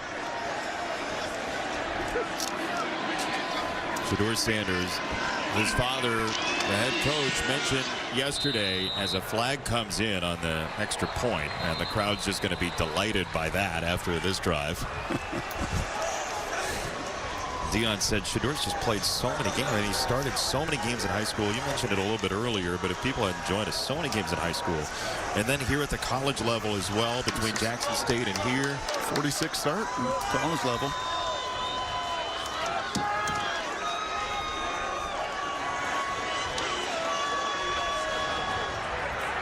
Illegal formation, defense. The players were covering up the snapper. The penalty is declined. The result of the play is a successful try. That penalty would take dancing lessons, so they could be the billboards next time down here in Lubbock. A 4-minute drive, helped by a couple of penalties, 75 yards into the end zone, and now the Buffaloes have taken some control of this game, Brock. Yep, and you just see this after every drive. Pat Shurmur seated right to Shedor's right, but it's really cool. It's not even Pat doing all the coaching. It's number 2. And it's the receivers giving feedback, and it's just that constant conversation. And they were stuffed in that first frame, but this is now a couple quarters where you've seen just how dangerous they are when they get into rhythm. Worth mentioning as well, over on FS1, the result that Colorado needs is happening right now. At last check, Kansas was up 38-20 on Iowa State. So if the Buffaloes were to win today and get an Iowa State loss, Colorado would then control its own destiny moving forward. There's a delay evidently because of more debris on the field. That again is not tortilla related. We've seen there have been tortillas on the field earlier that Travis Hunter picked up. Allison, what are you seeing downstairs? Well, yeah, it's been a highly charged game from the fans and both teams as well. And Joey McGuire told me at the half he saw frustration with his team. He said we started so well, we were moving the ball really effectively, and Colorado adjusted and we didn't respond. And a big part of that is communication up front. Who is blocking who in the run game? He was confident they could get it fixed, but he said we just had times where a center and a guard went the wrong way and it hurt us. We've got to get it cleaned up and get Brooks going. Yeah, and there's a couple pre-snap penalties as well, just negative plays, but 17 carries for 35 yards. 2 yards of carries, not going to get it done. This little chip shot, they didn't want to kick it to Williams, and so Conyers carries this across the 30-yard line. So Taj Brooks, Allison reported before the game, the offensive line is heavily invested in getting him this record at 121 yards. Just 35 today on 2 yards a carry. 17 yards, 17 attempts. I mean, they've given him the rock an awful lot, but those guys up front, they do have to identify much, much better. And they've got to be the one beating the Buffaloes to the block because that's not happened in the last 15 minutes. Here's Brooks, and he just squeezes through the hole for about 3 on first down. So if you're going to get zone coverage and they're going to make that adjustment, then the run game has to come to life for Texas Tech. And they block it well enough. This is off play action. Down the middle, Kelly. He's been very quiet since 2 early catches. It's a first down. Yeah, that was the play, the first play of the game. The exact same play. The little slant route off of that RPO. You can see it. Hodges' eyes are in the backfield playing zone and whistles right by his ear. Now they're rolling. Morton down the middle. That's incomplete. A little bit wide. Or John Carlos Miller III, the tight end. Man, did he take a Colorado sandwich. Okunlola was in there. Yeah, these sting 93 Okunlola. You can see that beating the left tackle Merriman and then just squashed. I think if you're a Texas Tech fan, you're saying that's not very different from, but you're probably going to say that the rest of the day about any hit.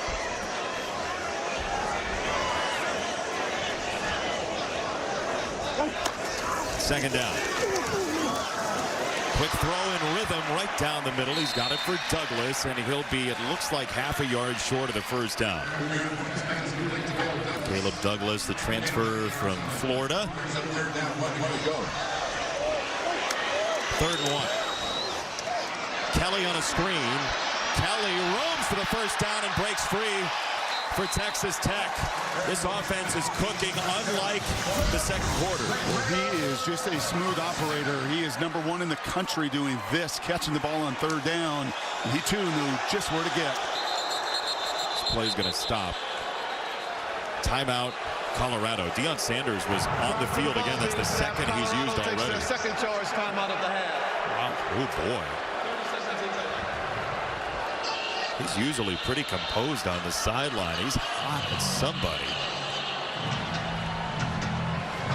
All right, Big Noon Saturday is going to follow the Buffaloes to Boulder next week. Travis Hunter in Colorado and Shedeur Sanders face historic rival Utah for the Rumble in the Rockies. Kick off your day 10 a.m. Eastern. The best pregame party in football. Then it's Utah, Colorado at noon, only on Fox and the Fox Sports app.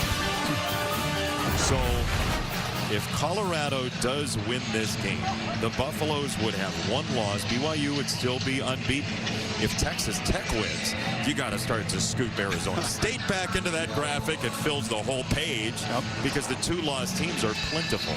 Yep, Dion's not thinking about any of that right now. I'll tell you what he is still thinking about. They tried to make a substitution. Texas Tech did not sub. There was going to be no chance. The 12-man on the field, and he was not happy about taking a timeout. Morton to throw, saw the pressure. He goes sideline, end zone, nearly intercepted. It was Colton Hood who got a hand on it, and second down coming up. There is a marker that's come in. It's back at the 30. That's going to be roughing. Personal foul, roughing the passer. Number 35, defense. After this is the goal. The reaction is just through the roof. It's on Green. Yeah, this ball just died. You're going to see the pressure come right off the edge. It is B.J. Green. Now that's roughing the passer. That's late. And that's not based on which team is doing it. It's a different play than the other one. Aiken in motion. Hand it to Brooks. Taj Brooks to the 7.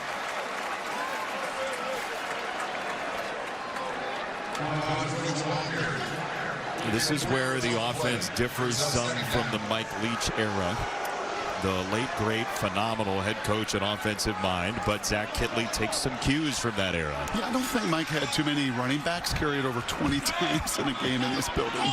Averaging 25 carries per game this year, Brooks. Now this substitution comes after a Tech substitution. Kelly's motion ran into the official. There's a lot going on right now. Morton rolling and throwing. He's got it to Miller. He's stonewalled and drives the legs. He's very close to the line to gain. What a rugged run that was. Yeah, you're going to see Shiloh Sanders, 21, do what he likes to do, and that is just come up and thump. He's got to bring the arms. He doesn't. And now a third and short. Very short. Third down and a quarter of a yard. Morton pulls it and spins, and he got drilled by McNeil. What a hit by Amari McNeil. He blasted off. You're going to see him right in the middle of the action. Barron, I think, spins away from that thinking he's free. And then 88 just gets him right in the kisser to finish. Now this is fourth down. You going for this? Yes. I think for two reasons. Number one, your defense has had a hard time stopping. Number two, you don't get it. They've got to drive 99 yards.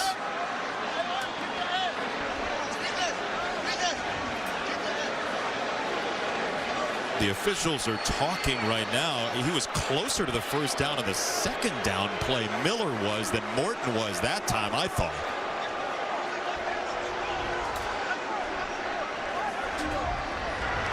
There was discussion regarding the third down play. The runner was short of the line to gain on third down.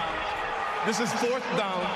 Clock operator, please reset the game clock to 8 minutes and 1 second. Tuta Salam means second down to get to third down. That was the discussion about the Miller play that then got us to this fourth down. Morton was shorter, but Joey McGuire has been very aggressive in his time here. That's kind of subsided a little bit this year, but this is a go for it. Yeah, I think so. And this is about making that book, that analytics book, come to life and understanding the whole big picture of the game management. Quickly to the line. It's a pitch just like in Ames for the touchdown for Brooks.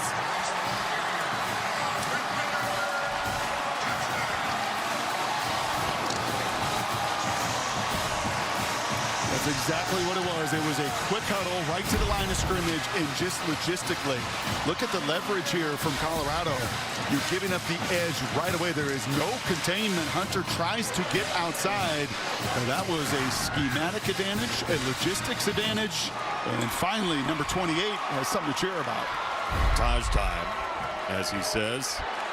Well, we saw Shedeur time on the other side, and now we see a little Taj time. This is Big 12 time. And you never know exactly where the minute hand is in Big 12 time. Just such an iconic voice. Like, you hear it and you know it. And that's the way, you know, football terms, in terms of unique, that Mike Leach helped create an identity of this offense here in Lubbock. Yep. And it has evolved. Right, all around college football. Cliff Kingsbury now in the NFL as well. That air raid has evolved, and a lot of run game and a bunch of spots added to it. Here's a return for Colton Hood. And a pretty good one. He crumples down at the 28-yard line. Back to the pitch for the score. So watch this play. I talked about just the logistics, right? There's no Buffalo outside here on the edge with the quick pitch. But here's what I'm really watching. After the play, look at Arden Walker right here, 53. He's the end. And look at him in middle linebacker. We have seen this so often from the Buffaloes today. What are you doing? Just communicating a level of accountability. Yep. Right, and it really is like, I see a player-led team with all this conversation with LeJohntay and Travis, and that time with Green and Hilgreen. Like, they hold each other to a standard. Yeah, I think people see that and they immediately think it's a bad thing that there's that level of frustration, communication. You're saying it not necessarily is, right? I don't think it is, because it's not like an emotional outrage, pout. It's, let's get on the same page and get this right. The problem is when something like that happens, Delay of game. Offense. 5-yard penalty. First down. Can you overcome it in bigger and bigger and bigger games as this season goes on? Yep. Because you know every one of those details and those fundamentals matter. Right? Pat Shurmur knows it in these settings and on the road, and you get to November and you fall back to your training and your fundamentals.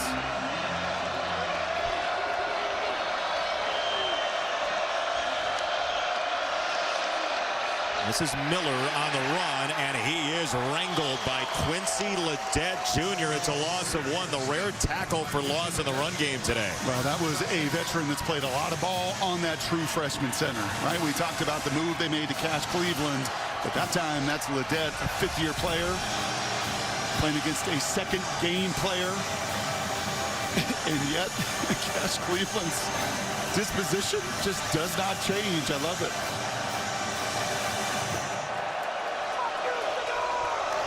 Second and 16.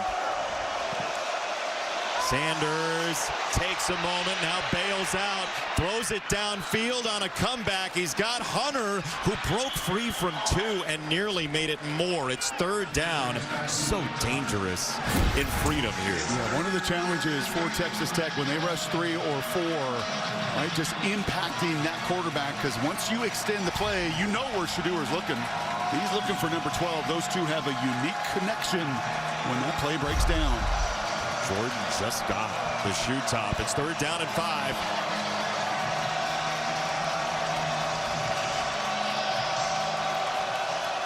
The calm in the face of Shedeur Sanders. Pressure up the middle, got picked up. He'll go down the middle and hit Wester for a first down, Colorado. This offensive line is so improved. Yeah, they are holding their own. You can see the pressure here in just the shield that they give Shedeur to step up. And once again, precision. That ball's got to be on the money, down and away to move the sticks. Here's a screen, so dangerous. Hunter face to face with Lux, and he got spiked to the turf, and Hunter's going to let him hear about it. Wow. There's a marker in as well on the far side.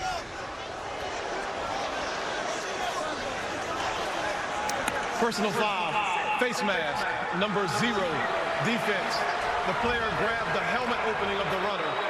It's a 15-yard penalty, automatic first down. Yeah, I think the one thing that jumps out about Travis when you watch him, he's unbelievably athletic. But you see this in his blocking as well. He loves to get physical with these DBs. And he grabs the back of the helmet and uses that to pull him down. That's 15 more. That's 60 yards in penalties for Texas Tech and 2 huge first downs off those penalties so far today. Sanders backpedaling again. Sanders has to throw it away. It's not near the line of scrimmage. McAlpine tore him down. And second down coming up. Let's see. There is a marker in the defensive backfield as well. Prior to the pass, holding, number 8, defense.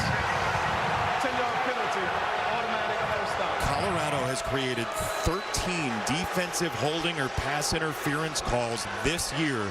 That's top 13 in the country. They stress you so much. Speed, man. Speed just kills. And when they close a cushion as they did right there, you're going to leave Baskerville or Lux or some of these DBs to do nothing but grab, and the locals don't like it.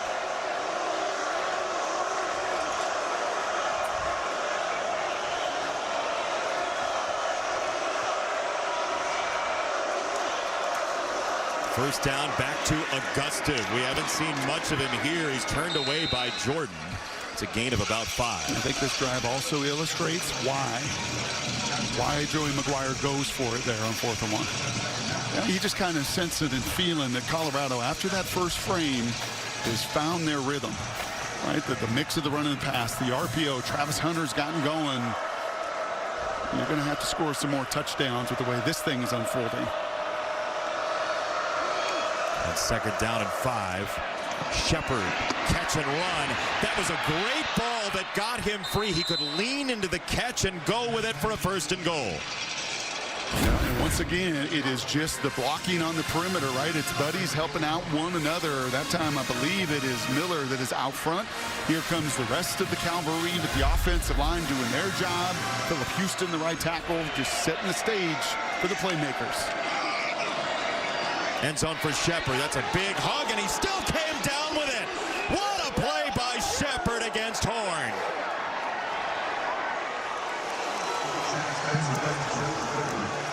These receivers are endless. Yeah, and they're all different, and that's what makes it so difficult. Shepard is the big one, right? 6'3", 205, now 25 career receiving touchdowns. He's getting pulled with one arm. He's got the coordination and the hand-eye to tip it to himself for his 4th as a Buffalo. Pick your poison. Who do you want? You want Hunter? You want Shepard? They're doing this without Horn, who is also out. Western Speed we saw. This is why you have a chance with a win tonight, an Iowa State loss, to be right there controlling your destiny, because they are dangerous on the perimeter. Really dangerous. And their loss in conference to Kansas State, they had a 4th quarter. Back here to Lubbock. Will Shepard having a little fun with the crowd, saying, come on, bring it. Last 4 drives. Yikes. They brought it. Oh, yeah. That's 8 yards of play the last 4 drives. 8 2/10.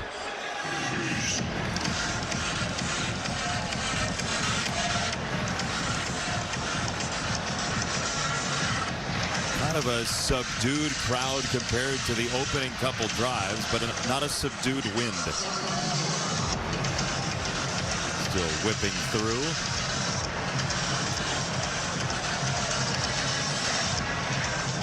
Motto will kick it off, replacing Gerlach. Brown on the return. Oh, he's met and absolutely planted. Pancaked all the way back there by Ben Finnison. And he's enjoying life. Time now for Aflac Trivia question. Get help with expenses that health insurance doesn't cover with Aflac. Who's the Big 12's all-time leading rusher? Simple. Sure. Who is it? We have Taj Brooks trying to break the Texas Tech all-time record for this school. Who has the most in the Big 12 era? This got deflected. It looked like Brooks comes up with it across the 30, and he's doused by Thomas and Hill Green. It was a quail coming out off the deflection. No, I think that's pretty good eyes by you right there. No question about it. That was Tuffy Thomas there getting his hands up. Quick set, Aiken driven back. Blocking sledded back, and third down coming up. Hodge and McKinney together. Yeah, Hodge plays a good nickel. I mean, these are good corners, Hunter and McKinney. The transfer from Liberty has been a big part of it for Livingston. That nickel is such a key position in the NFL, and this is an NFL scheme. And Preston Hodge is just, as the season's grown, like a lot of these Buffaloes just come to life. Former black belt in karate, Hodge. Third down and 5. Douglas was in motion, and they put it on the ground. Douglas could not reel it in. That's a quick 3 and out for Texas Tech, and that's dangerous to do. Yeah, that's a tough one. Barron is trying to navigate the edge rusher there to find a lane, right? All these little bubble screens are great and quick screens are great, but you know what? These ends have gotten pretty good. And he's right in the lane of Morton. He's got to try to navigate. It's a little bit in front, and that is a 3 and out. It could come back to haunt Texas Tech here if Colorado keeps. Oh, it's a fake. They're going to go over the top to nowhere. It is incomplete on a fake punt, but there is a marker down on the play. It was Jason Llewellyn who threw it, the up man.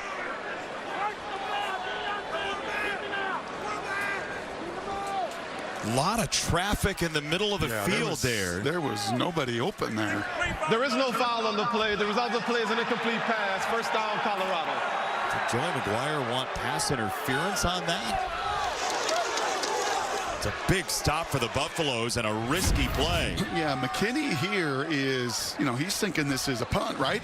So he's working to block here, and there is some contact. I mean, that's not who the ball is being thrown to.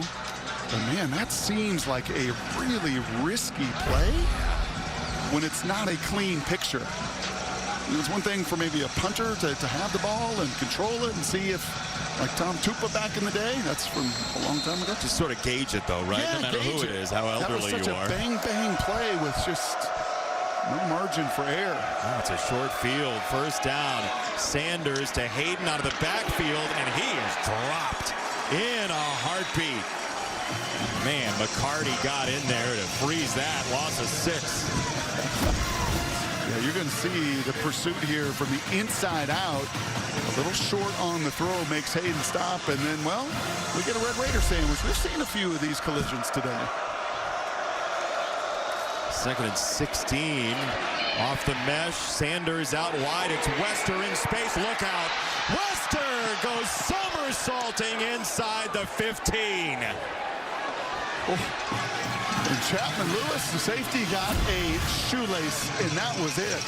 Right in the middle there, just a little bubble screen off of the RPO. You got blockers in front. Great block once again on the outside. And that is inches from being to the house. Jason, these guys block on the perimeter with relentlessness. Yes, they do, and it's freed up some big plays. Hayden across the middle out of the backfield, and he's clipped and dropped. It's one of the details of a program, right, that's got so much splash, so much just attention and exposure and all that. But when you do the nitty-gritty and you block so hard for your buddies around you, that's what's real about what Prime has done. This isn't just like, hey, man, we go throw it around, you know, hey, let's just... No, we do the attention to detail and the hard work of blocking for one another. And that's why they're very different from last year in terms of record. Sanders breaks it down, rolling to the right, now backpedaling. There's a marker coming in, looks like a hold. Sanders will zip it downfield to the end zone, and Draylon Miller, and he's out of bounds. A lot to unpack here, including a penalty flag way back there at the 33.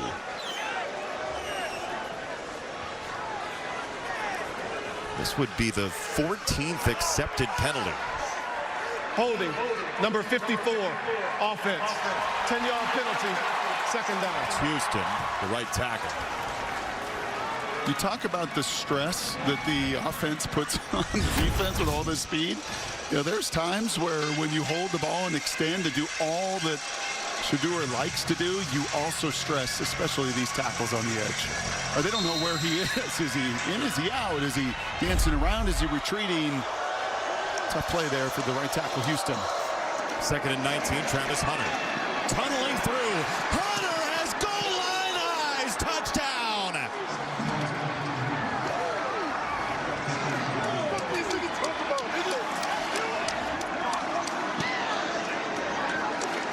They are a screen nightmare.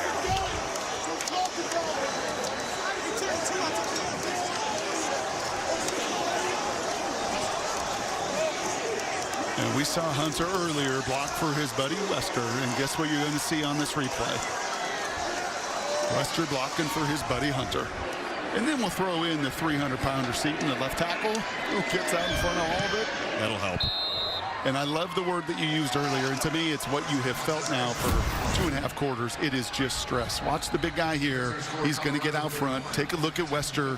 All about 160 pounds of him soaking wet, doing his job, and then that's all it takes. Give these burners an alley, and they're gone. Yep. He just plays at a different speed, 22.8 miles an hour.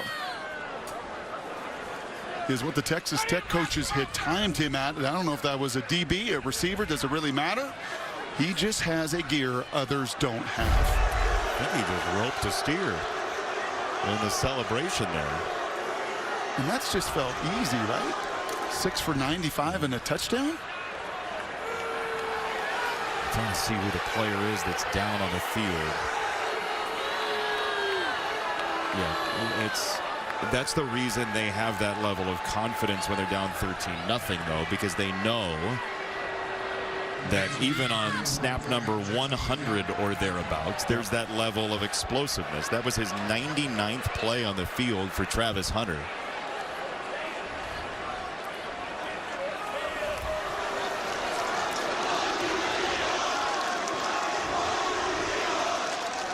Looks like it's Justin Horn, the freshman linebacker, who is injured.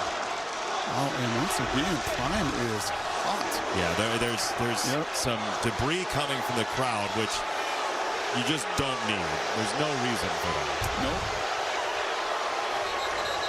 And Dion is going to protect his guys, and in that case, that looked like Shiloh was the one getting dumped. I'd say you could throw some tortillas and have some fun, but this is, and now Colorado players will talk a little to those fans as well. Let's see what Allison has downstairs. Allison? Yeah, it's been chippy throughout, and there's definitely been some back and forth exchanges with multiple people on the Colorado sideline with the tortillas and kind of back and forth. The student section was not taking it well. They started yelling some things, throwing things other than tortillas. Shiloh Sanders returned one of those items, essentially, and that has led to the escalation that you're seeing. Here it is. You lost your water bottle. But I would say, right, if people are at home, if you're thinking, well, if you're going to throw tortillas, then there's something after that. I wouldn't blame you for thinking that.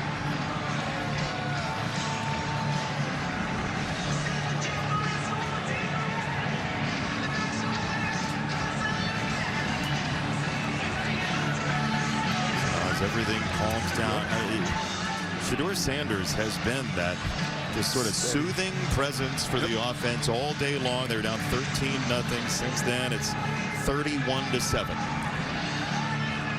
Yeah, just doesn't flinch amidst, you know, all the chaos. And there's been a lot of it. Yes. I mean, it's stuff getting thrown, but also a fake punt that handed Colorado a very short field.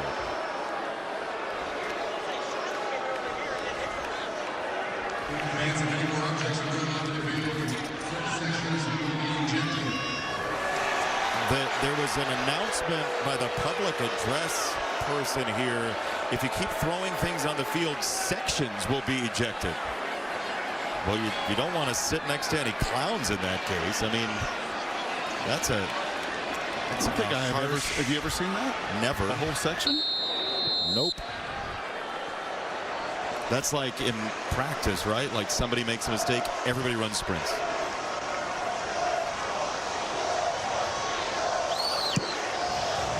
Mata on the kick. Brown on the approach.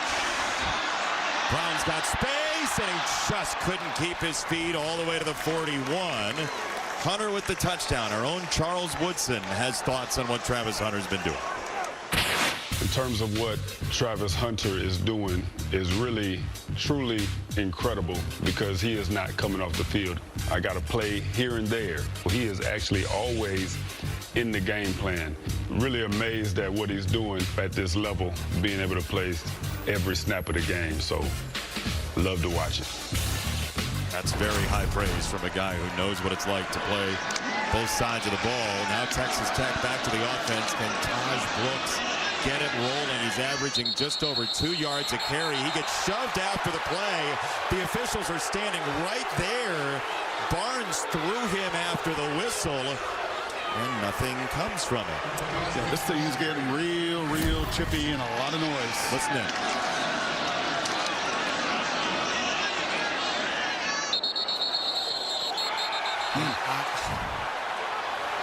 Here's Brooks. He gets spiked out of bounds. They've got to throw a marker on something, or else this is going to get really ugly. I don't think you can call it there, though, Jason, because the contact, watch it with McKinney, it happens before he's out of bounds. So he starts that action while he is in play, but I know the optics are rough. Well, my point being, the previous play looked like it was post-whistle. Dean Blandino, let us know what you're seeing. The replay process was initiated. There's going to be a replay here, a replay review. To determine if the runner made the line to gain. Dean, what do you think atmospherically and then also the plays that we just saw? Whenever you have a game that seems to be on the verge of getting out of control, you want to take that first opportunity. You can't manufacture a flag or a foul, but certainly that play where the whistle was blown and the ball carrier was driven back, that's the one where, to me, that should have been a flag, and then it kind of calms the whole situation. Here, the contact starts in bounds. This is not a foul. They're obviously looking at whether the runner made the line to gain on this one. Thank you, Dean. Yeah, you call a lot of basketball. Yeah. This feels like kind of one of those situations that you see in a basketball game where, right, the officials will get together and say, hey, this thing's getting out of control. And sometimes they even pull the coaches together on both sides or the captains on the team and say, hey, let's let this thing happen on the field or on the basketball court, right? Because it's kind of got that emotion right now in this whole place as the crowd's going nuts. Yeah. That this thing could get out of hand. I mean, this feels, we saw Dan Lanning at Oregon last week use Gladiator. This feels like a coliseum more than a football field right now. It is a first down for Texas Tech.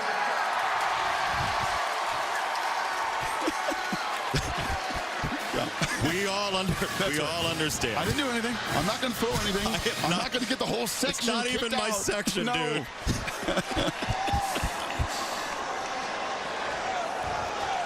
But the level just below this is why we love college football, and that's what makes it so hard for officials and fans and everybody alike, because just below where we are right now is the reason this is such a wonderful sport. Because it means so much to everyone in the building. Exactly right. Brooks on the run. He is met, and that will do it for an emotional third quarter. It's like a West Texas. Coach McGuire, as you had your team huddled up to start this fourth quarter, what was the message? Just to answer right here, get into a fight. You know, we're going to right here get the points, and friggin' this is, I mean, we're used to one-score games and stuff like that, so we want to keep it, you know, to where we've got some momentum. But score right here and fight in fourth quarter. Did you address the chippiness we're starting to see it all in this game with your guys? Yeah, you know, I think that actually what's happening is more probably in the stands than, you know, on the field. I think the guys are, both teams are playing their hearts out, and it's one of those deals. It's the Big 12, and it's a fun conference, and we're fixing to go in the fourth quarter and see if we can't win this thing. Thanks, Joey. All righty, thank you.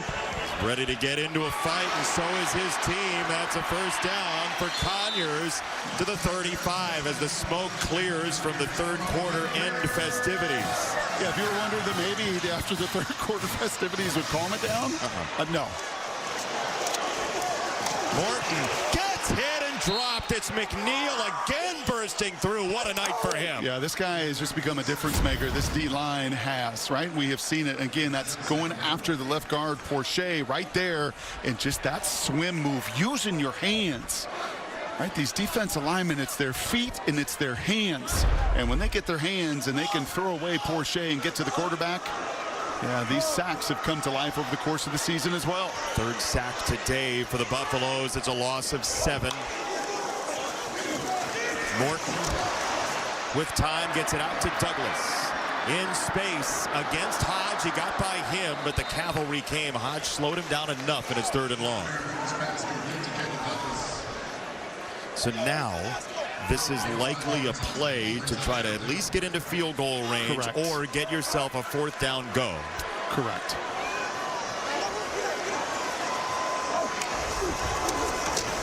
On 3rd and 12, quick set and a quick hit. Beautifully played defensively. Kelly got hit by Hodge. Outstanding effort by Hodge. Yeah, this guy is just all over. This is a team that plays as much press man as anybody in college football, but when they've gone to the zone in these situations, they've been all over the details as well. To gain a 3 on point. It's 4th down, Brock. 4th and 9. Here we go. Morton feeling the heat again. He's lassoed and dropped. They'll blow it dead, and a marker comes in at the end of the play. Oh my goodness, it's a face mask. It looks like Wade, Keaton Wade got in there.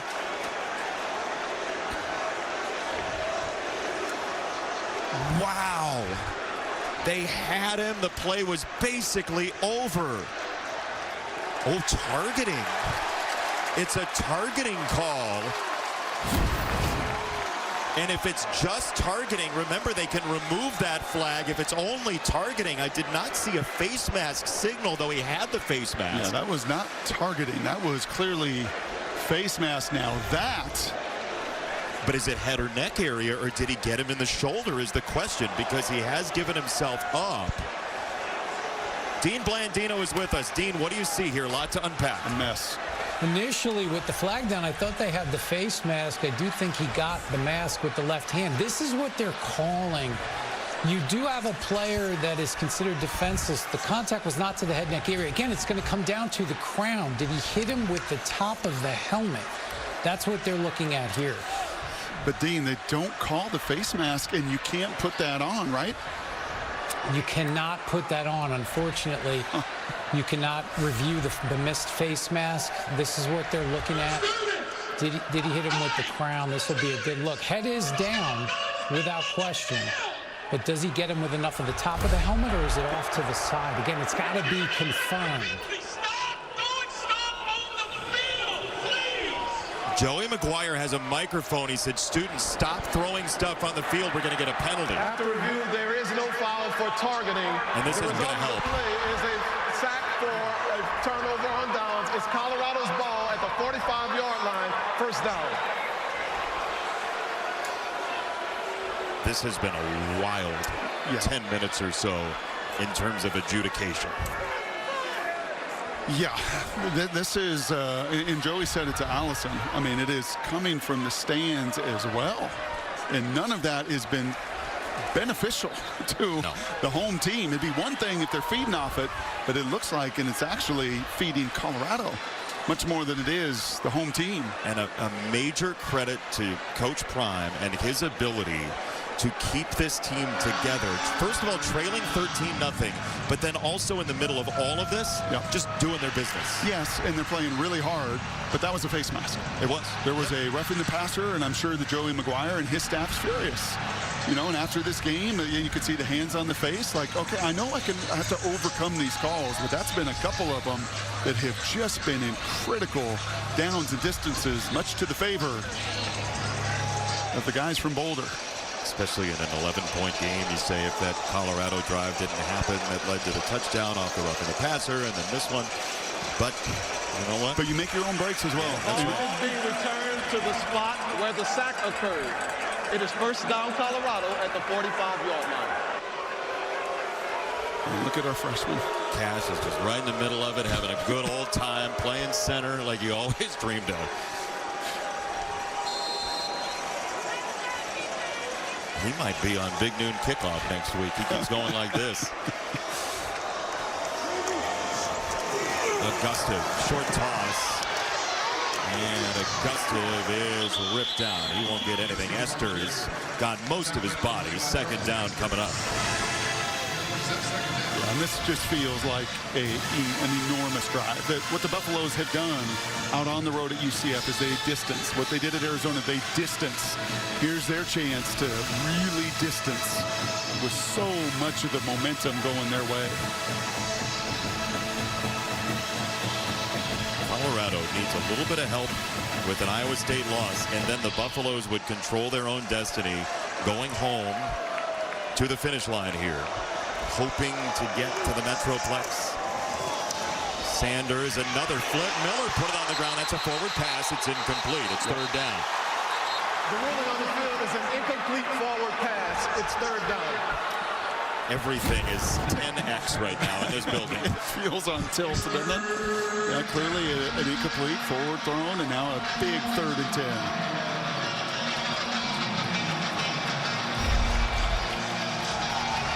And there's Wester, and there's Shepard, and there's Travis Hunter. There's so many different weapons to go to, and even the true freshman Miller in the slot to the top has been more than able as well. How much time will Sanders have? They'll back off and rush only 4. Texas Tech. Sanders bails again. He gets out of the pocket enough to create a throw. It's incomplete for Hunter, and it's 4th down. Hunter is down as well. There's also an injured Red Raider.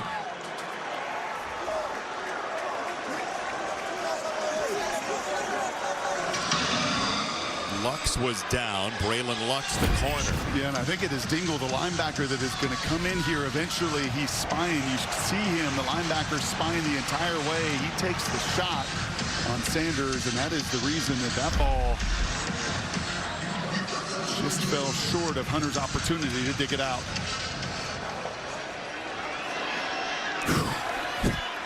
I don't know that deep breath is going to fix anything emotionally in this building right now. Should be delay of game. Delay of game. And it is. Offense. 5-yard penalty. 4th down.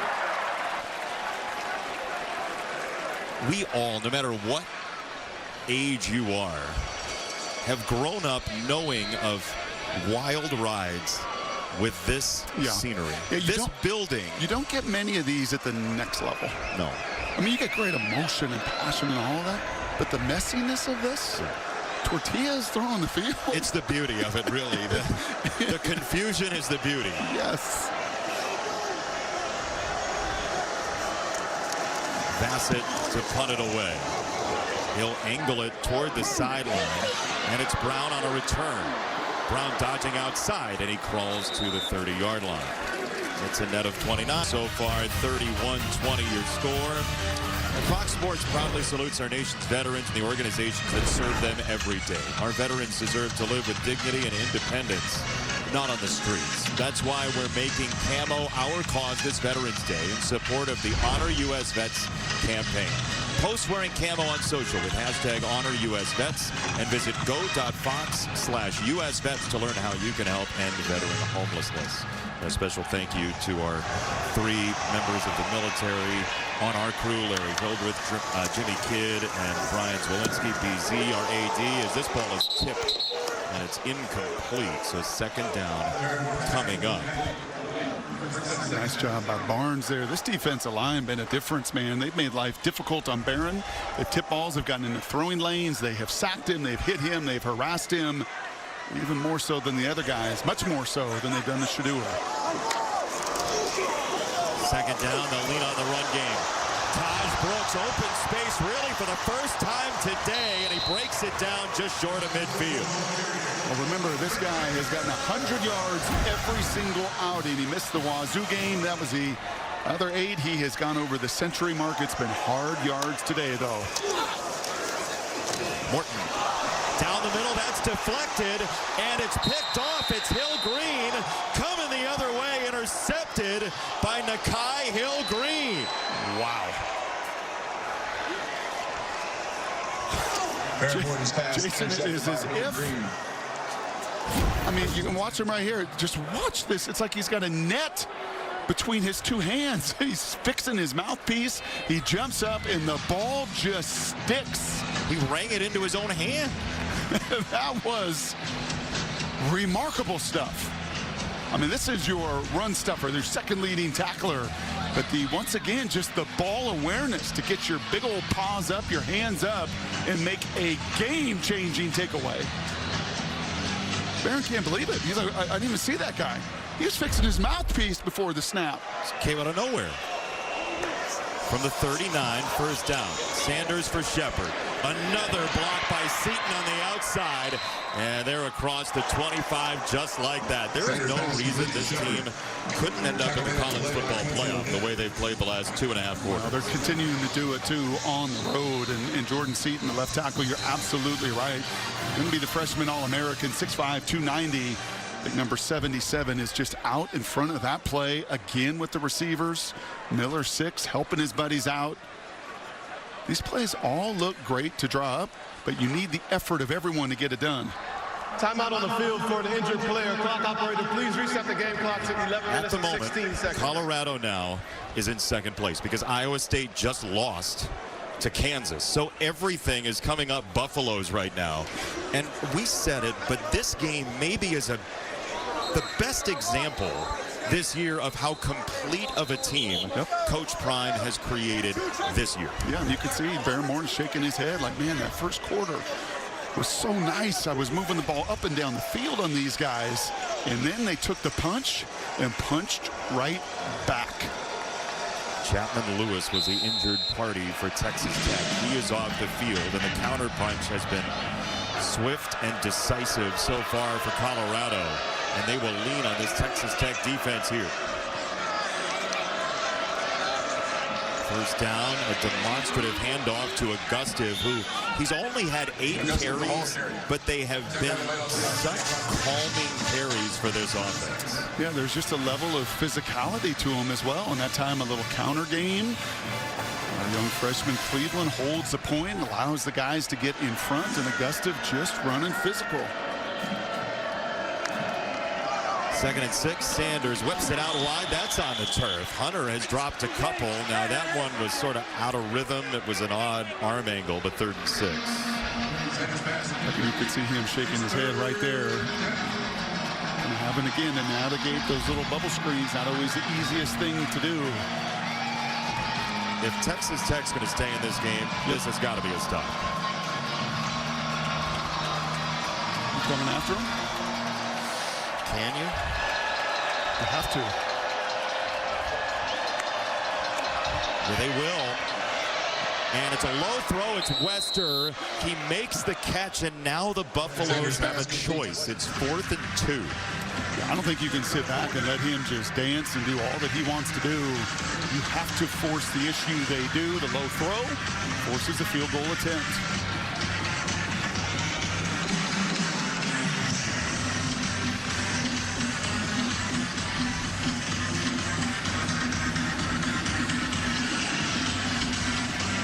Mata has just been outstanding. This will be from 33. Straight away.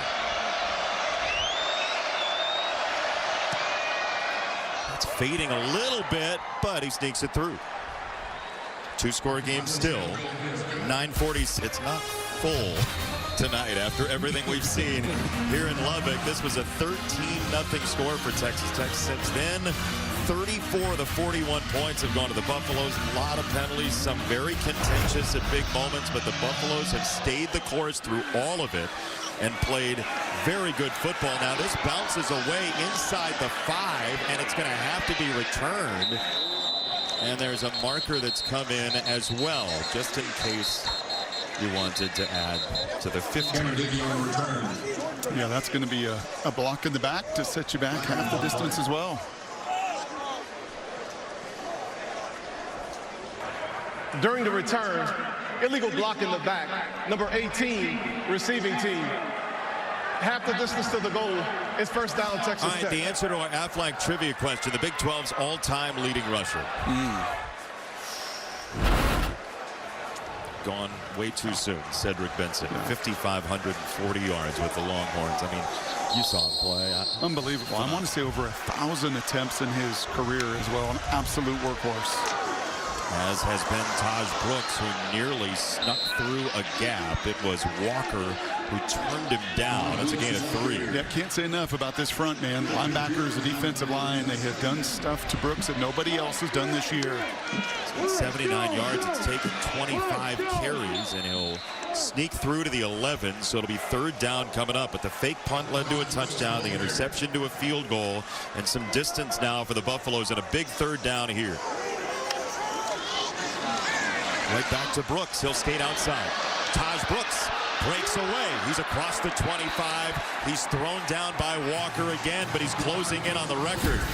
And he gets just enough on the edge here. His buddy and longtime roommate Rogers, the right tackle, enough of 53 Walker to give him the chance to bump it out to some green grass. Oh, down he goes. Morton got hit. The ball is loose. It's kicked around to the 16. B.J. Green drilled him, and Silman Craig is on it. It's a turnover, Colorado. There's a marker down as well. Morton never saw it. Well, this has been a few times today, that edge pressure in B.J. Green. He's going to be one sore young man tomorrow. And Warren Sapp giving some love, appropriately so, to B.J. Green. They tried to pull their guard on that protection. Davion Carter tried to come out and block Green, and he just said, not on my watch. After the play was over, unsportsmanlike conduct, number 7, Colorado, for taunting. The penalty is 15 yards. It's 1st down and 10 for Colorado. Okay, so here's your edge player, right? He's got eyes to it. Here comes the guard around. Once again, I'm going to use my hands. I'm going to get you off me, and then I'm going to go hit this quarterback so hard that that ball spits to my teammate. Even with a little kick, Silman Craig able to bring it in. Takeaway's been the biggest key for Texas Tech this year, right? The struggles they've had defensively, they've been the one to take the ball away. That has not happened today. Colorado has been relentless for 2.5 quarters now. Yeah, I mean, this is our 3rd Colorado game, and I have said it, I don't know, at least 24 times. The difference with this team is the line of scrimmage. All of these stars on the perimeter in Shedeur were there last year. Sanders wants it all on the first ball to the end zone. Hunter went up and nearly had a moment. It is incomplete. You could just see him, right? Just timing it up. Look at his eyes as he's tracking it. Timing. But a nice job there by Texas Tech to just hold their own. It's a loss. Yep, you could see Braylon go up, try to time it the exact same time, kind of like a jump ball in basketball. Travis Hunter knows something about that with his skills on the court. Hunter will feed him this time. He'll backtrack somehow and then end up out of bounds. So there's a couple plays where you're obviously trying to get Travis and give your star an opportunity. But these are now 2 plays with an incompletion and that little bubble pass that have not done much damage after the takeaway. That's his 14th target of the game. He's got 7 catches, couple of drops.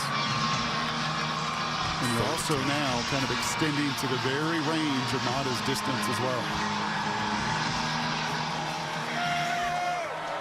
His season long coming in at 47. This is right there. Sanders with a flag coming in. Sanders weaving his way, and he will go down. So depending on the penalty, which looks like holding, they might be out of field goal range now. D.B. Carroll with the sack.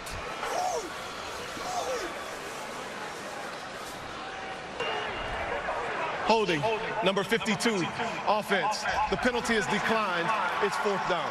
You know, if you throw that away, though, you have the opportunity to play the down again, even with the holding penalty. Yeah. And our freshman's like, are you kidding me? I love this kid. I got to tell you, I think anybody who's watched this entire game would watch the Cash Cleveland show. He wants another replay of it. He's got to be on Big Noon next week. Got to be. Well, I'm not the booker for him, but he's got to be. Oh, come on. Oh. You want to stop there, by the way. I hope you enjoy the seat you're in. That's a delay of game. Well, that was a pretty good sudden change stop by that defense. You make this a 3-score game? Yeah. I'm not going to say anything is ever over, but the fact you get that stop and it is still just a 2-score game and all 3 timeouts, that was not well done, well executed by Colorado. And Dion knows it. That was your chance to finish. And I think, honestly, that coaching is for right now, for these final 7 minutes, Jason, but it's also coaching for the next 3 weeks. Well, he's been in so many big games, whether on a football field or in a World Series. You know, he knows these moments, and you can't unravel. That's right. And if you give your opponent an opportunity, you had a chance to finish them right there with that drive, and you did not do it. Bassett has been so good at pinning people inside the 20-yard line, and he'll do it again. 7:05. Time now for Above and Beyond, sponsored by Jersey Mike's. Be a sub above, and this defense is so improved this year under Robert Livingston. I mean, it's just different. And really, it's been the last 5 games now, Jason. Throw these 5 sacks on, that's 22. In the last 5 games, it's 12 hurries, it's constant hits, and really leading to the 2 takeaways as well, which was going to be a huge key coming into this game tonight to be +2. Relentless. But they couldn't pay it off with points last time. So now Taj Brooks, breakaway run across the 40-yard line. With that carry, Taj Brooks has just become the leading rusher in Texas Tech history, and Colorado calls timeout. Final charge timeout of the half. And Brooks 30 seconds in late. Can bask in the moment for a brief moment, but they are trailing by 14. Congratulations to Taj Brooks, who has just broken Byron Hanspard's record from the 90s. Most rush yards in Texas Tech history. And it's been a hard night, man. 17 carries, 35 yards at halftime. So almost 100 here in the second half, and he's sprung for a couple of these big chunk runs. Congratulations. I mean, that is, this young man's had almost 1,500 rushing attempts between high school and college. He's carried the burden of his teams for so long. And even tonight, on a difficult night, kind of just shows you the resolve and the grit as well. This thing's not over yet, Jason. And that 3 and out and that sack, and you could see it in Dion. Dion knew the magnitude, a chance to finish an opponent you don't, and you've given them life. Leaner, Texas's own Taj Brooks. A hard cut that time. He'll add to his record with 3 yards there. Second down. This will be his 30th carry the next time he touches the ball. Kelly didn't know that the pressure was coming from McKinney, and he got blasted. Just compare and contrast again, the blocking on the perimeter. Just an amazing job by McKinney. The secondary, they have been all over it. The clock's moving. That's an incomplete pass. We just lost 7 seconds or so. It might be as many as 10. The officials, I believe, just noticed that. The clock was moving on an incomplete pass. Yeah, and clearly or was it right? No, it was 4 by 2.5 yards. Yeah, the official waved it off on the near side. The result of the previous play was an incomplete pass. The clock inadvertently continued to run. Clock operator, please reset the game clock to 6 minutes, 35 seconds. 6:25, correction. We just got 23 seconds and lost 10 seconds. And I think of what Deion Sanders said to us about they have this guy over on the sideline to signal Mata's range with a flag. And he says, the correct time on the clock should be 6 minutes, 32 seconds. So 6:32. Okay. This is not helping. Hey, it was just daylight savings, okay? Nice save, Heward. 3rd and 7. Back to Brooks. First down and more. Well, this has been some of the best recipe is just the patience One of the rare occasions, again, a missed tackle there by Hill Green, the linebacker. They have been so good. Maybe we're down a little bit. Well, 3 timeouts left. That's Kelly into space to the 31. Hodge with the tackle. Texas Tech has a rhythm. Much time. And all timeouts, whereas Colorado has 0.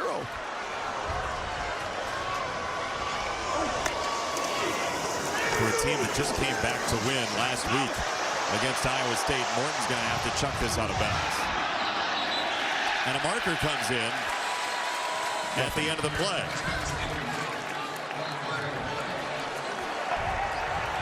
Personal foul, roughing the passer, number 93, defense, 15-yard penalty, automatic first down. Okunlola.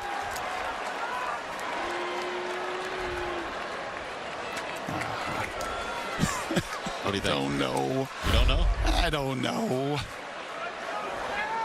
I think both fan bases are saying, well, if that one was, then the other one was. That's all that opens the door to. Well, that door opened up a couple quarters ago.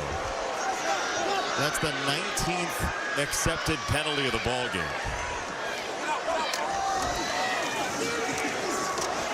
Morton on the roll. He's going to throw on the run, incomplete. He wanted Aiken right near the goal line. And guess who? Once again, Hodge. He is, man, this entire secondary, I know Coach Sanders was talking about the DB coach Mathis and the job that he's done with these guys. 5 minutes, 45 seconds. But it is not just all Travis Hunter's athleticism, right? To watch DJ McKinney grow, to watch Hodge grow, to watch Hood grow. The coaching and the development side in that secondary been impressive in 2024 as well. Run at 2nd and 10, and Colorado crashes down on that. That's Bentley on the stop. It's Jacoby Williams on the carry. 3rd down for Texas Tech. Williams, a very good pass catcher out of the backfield. Morton to throw. He goes to the end zone. It's incomplete. You mentioned McKinney. He had the coverage on Douglas. And is that a taunting penalty that's coming? Oh, my goodness. They lost a touchdown against Cincinnati on the Jimmy Horn taunting penalty. Yep. That was 3rd down? Yes, it was. After the play was over, unsportsmanlike conduct, number 8, Colorado for taunting. The penalty is half the distance to the goal. Jason, you know this in this other sport that you love in baseball. If you just keep giving extra outs, you just can't do this. You can't point at him and... And Hunter, look at Hunter. Yes, Hunter's like, stop it. That's going to be 4th down. Yeah, and this is extra out after extra out after extra out. 1st and goal. Morton's got a crosser. It's Aiken, and he's not going anywhere. Bentley with the pursuit. And now time really does start to become a premium here. You have got to play fast anyway. If you're Texas Tech, you've really got to maximize every second. Down to 5 minutes. It's been a quick drive. Douglas, the motion man. Here comes the pressure. He'll wing it out for Douglas, and that's wide and incomplete. McKinney was coming toward him, and it's 3rd and goal. I think Mr. Douglas felt Mr. McKinney coming after him. I think you're right. Yes. And actually, if he catches it, not only does he get smacked, that clock is going to continue to run, so at least he stopped the clock. An obvious 4-down territory. Texas Tech playing without Dre McCray and Micah Hudson today in the wide receiver room. Very good 3rd down so far for Texas Tech. Morton's got the completion, and down to about the 2. It's Kelly who is trying to lean into the end zone. It's 4th and goal. Oh, and just look at the relentless pursuit, and guess who's underneath it all? Yep. Shiloh. Shiloh's there. Preston Hodge is there. About 4 Buffaloes are there fighting for every blade of grass here on 4th and goal.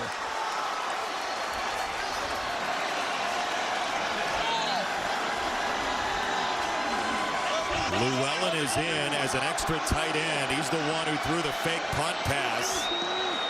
Douglas in motion. 4th down run. They stopped it. McNeil burst through again with Bentley. The ruling on the field is the runner was short of the line to gain. It's first down, Colorado. What a play again from McNeil. This guy has just put on an absolute show.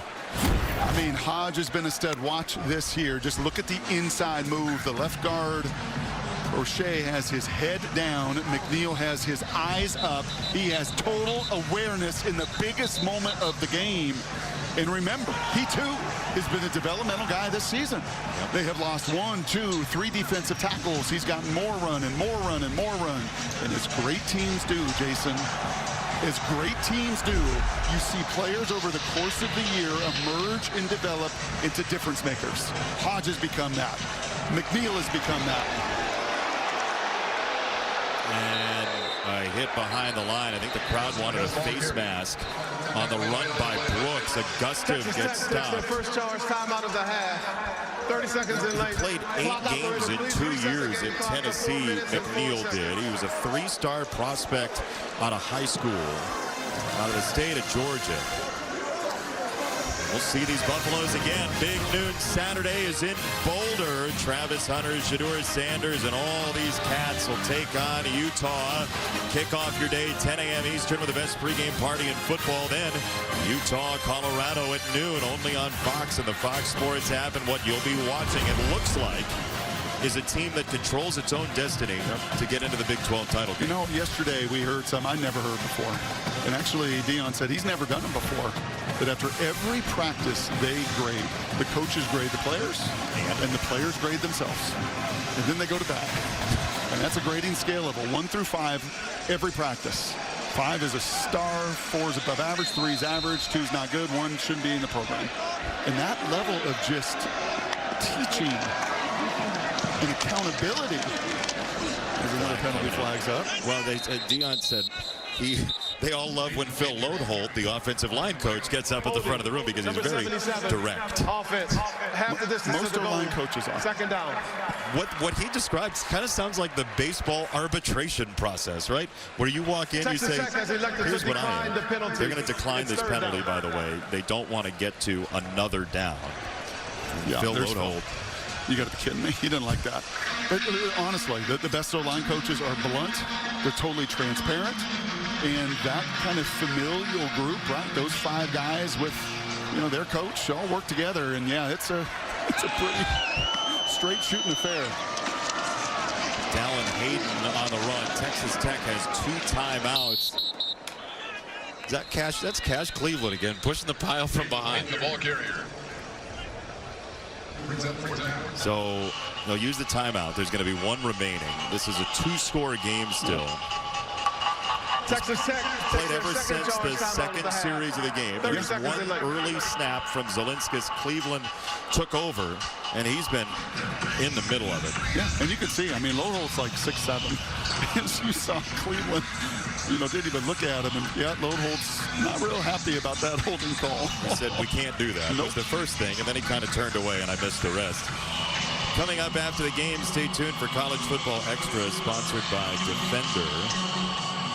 A lot of goings on in college football. We mentioned the carnage in the Big 12. Iowa State and Matt Campbell take another loss. Now they have to root for a Colorado loss down the road.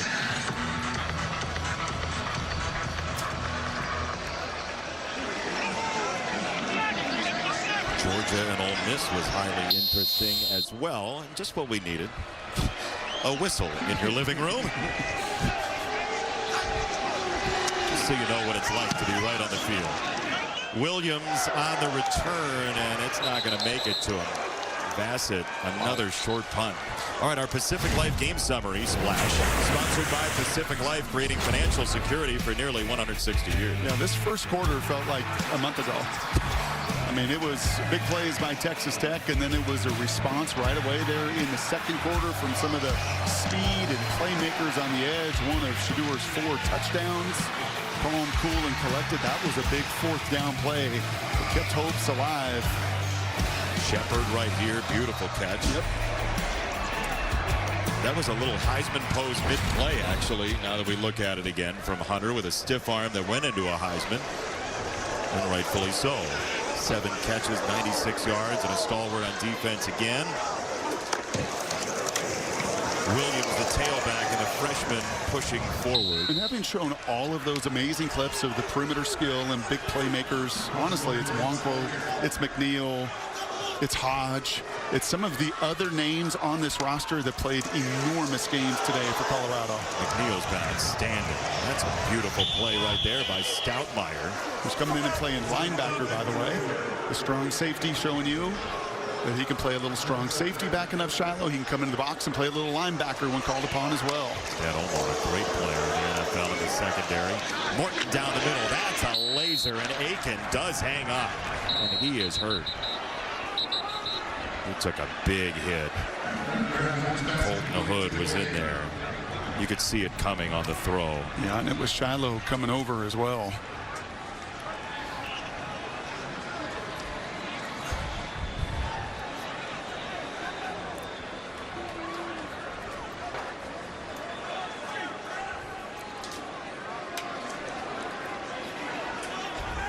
You could hear the contact. Yeah, and you know, as a big receiver, and Coy's 6'2", 210, a rodeo stud. Yeah.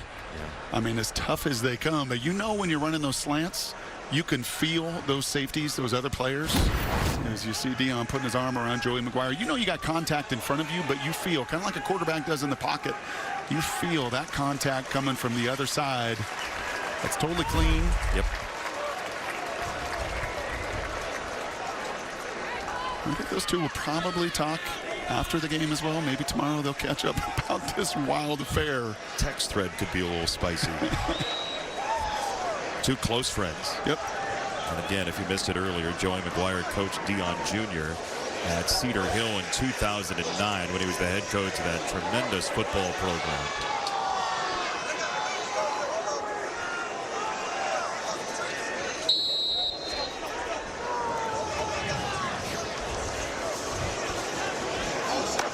Three minutes to go. More pressure. And once again, it's Keaton Wade. I know what the once again is, because it's another sack. Yeah. Right? It's Keaton Wade, it's Okunlola, it's Walker, it's Green, it's McNeil, it's all of them. We got a false start. I think Wade pointing it out. False start. Number 67, offense. 5-yard penalty, second down. I mean, I'd have to add Wade to this list of some of the others that we have talked about, right? Of a guy, where did he come from? Yeah. We saw it first in the Arizona game. He wasn't playing in Nebraska. Right? I mean, he wasn't a part of this thing in September, but you grind, you practice, you grow. Cash Cleveland, like all these guys. And then when your opportunity comes, you maximize it. They have. Right down the middle, it's Brooks out of the backfield, and Taj Brooks will set up a third down and decent for Texas Tech. They got to hustle here. One timeout remaining, just over 2 minutes. They have a 2-minute timeout. They'd love to score before that, but that ship looks like it might sail. Morton down the sideline, tough catch, and got it, touchdown. Jalen Conyers, second of the day. He actually may have mistimed his jump, but he still made the catch. That is a big-time play from a former four-star that was at Oklahoma, that was at ASU, that actually had, Jason, in 2022, 3 touchdowns against Colorado. That is now his second today. I think he kind of likes playing these guys. And he used that big body to just block out Silman Craig, high-point it, and make this a one-score game with 2:12 still left. Now you don't have to onside kick. Correct.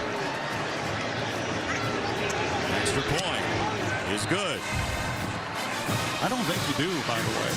No. Before we get to that decision, Conyers is 6'4", 265 right here. And he's going through that little stack alignment, get a one-on-one with the safety, and this is a great throw by Barron. Just put it up. Just go kind of entry pass to the big man in the post. And you're right, he mistimed it, but because of the immense size advantage, there is nothing the 185-pound Silman Craig can do.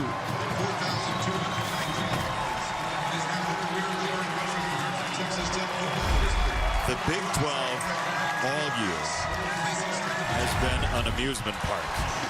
I mean, 12 scores to go ahead in the final minute. 23 games within the league decided by one score. Kind of like the NFL. It is. The NFL feels like just fast forward the final 5 minutes. Everything's going to happen there. Now, we know that you don't want to give Patrick Mahomes the ball with like a minute left down 7. But what happens if you give Patrick Mahomes jerseys the ball down 7 with a minute left? Yeah, well, I know this. With the 2-minute timeout and a timeout, I don't think this forces your hands. But by all counts, they're certainly going to look like to go for the onside kick. And they will. And this ends up in the hands of Wester. Colorado football. Now, the safe part of that is if you give up a first down anyway, you're going to lose. Correct. So it's not like field goal range is really an issue because they're out of it as they get the ball. But I'd also consider Colorado's punter has been really rough today. Good point. You pin them back, you get a stop, you're going to punt maybe with a minute 20. That's a good point. That's part of the equation. But more than anything, you got to get a stop anyhow. That's right. Shedeur Sanders, 3 touchdowns, no picks, 28 for 41. Late substitution here. And now Texas Tech is going to substitute, and they're going to get a delay of game penalty out of this. And that's just another mistake. Yep, Colorado substituted. Traylon Miller came on. And Shedeur can be upset about it, but when you run on the field with 13 seconds and sub and you're late, the other team has every opportunity to make that sub. This has not been the cleanest offensive execution the final 10 minutes of this game. It really has given life to Texas Tech an opportunity. And now that first down is farther in the distance. They'll run it with Augustive, and he goes down in a hurry. Texas Tech will use the timeout. So third down could veritably come up on the 2-minute timeout. Takes your third and final charge timeout of the half. Tomorrow, a huge day of NFL football on Fox. A special 2-hour Veterans Day pregame show live from Naval Base San Diego. Don't want to miss that. And then Brock Purdy and the Niners, Baker Mayfield and the Bucks, or other regional action. Check your local listings for the game in your area. 11 a.m. Eastern on Fox and the Fox Sports app.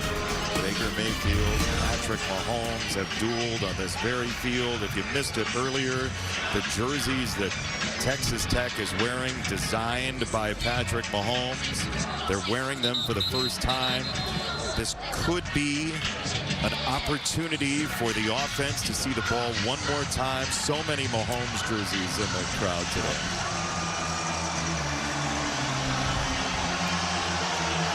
Rodriguez trying to lather up the crowd. They don't need much help.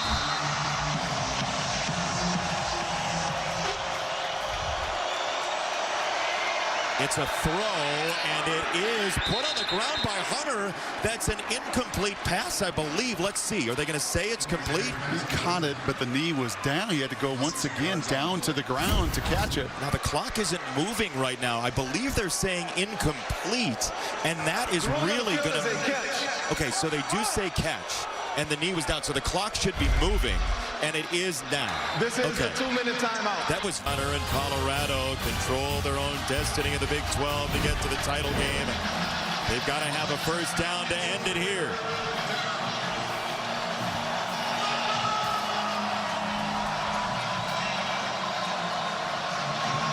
Texas Tech is out of timeouts.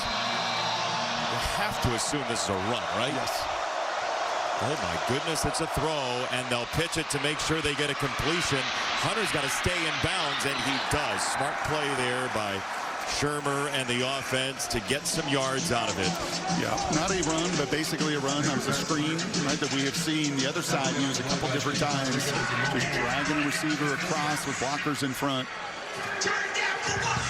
Texas Tech, look at Rodriguez. Still got a chance. And stranger things happen in college football. You don't score off of a sack fumble. You don't get off the field because you're taunting. You have given this opponent life, and strange things have happened in this building through the decades. Yes. 17 tackles for Rodriguez in this game, by the way. And it looks like Colorado is going to take the delay of game and get to 0 here. Take the 5 yards for Bassett.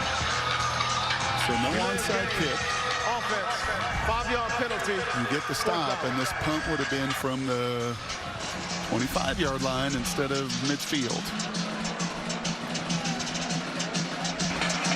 Game clock operator, please reset the game clock to 1 minute. Baron Morton's thinking it takes one.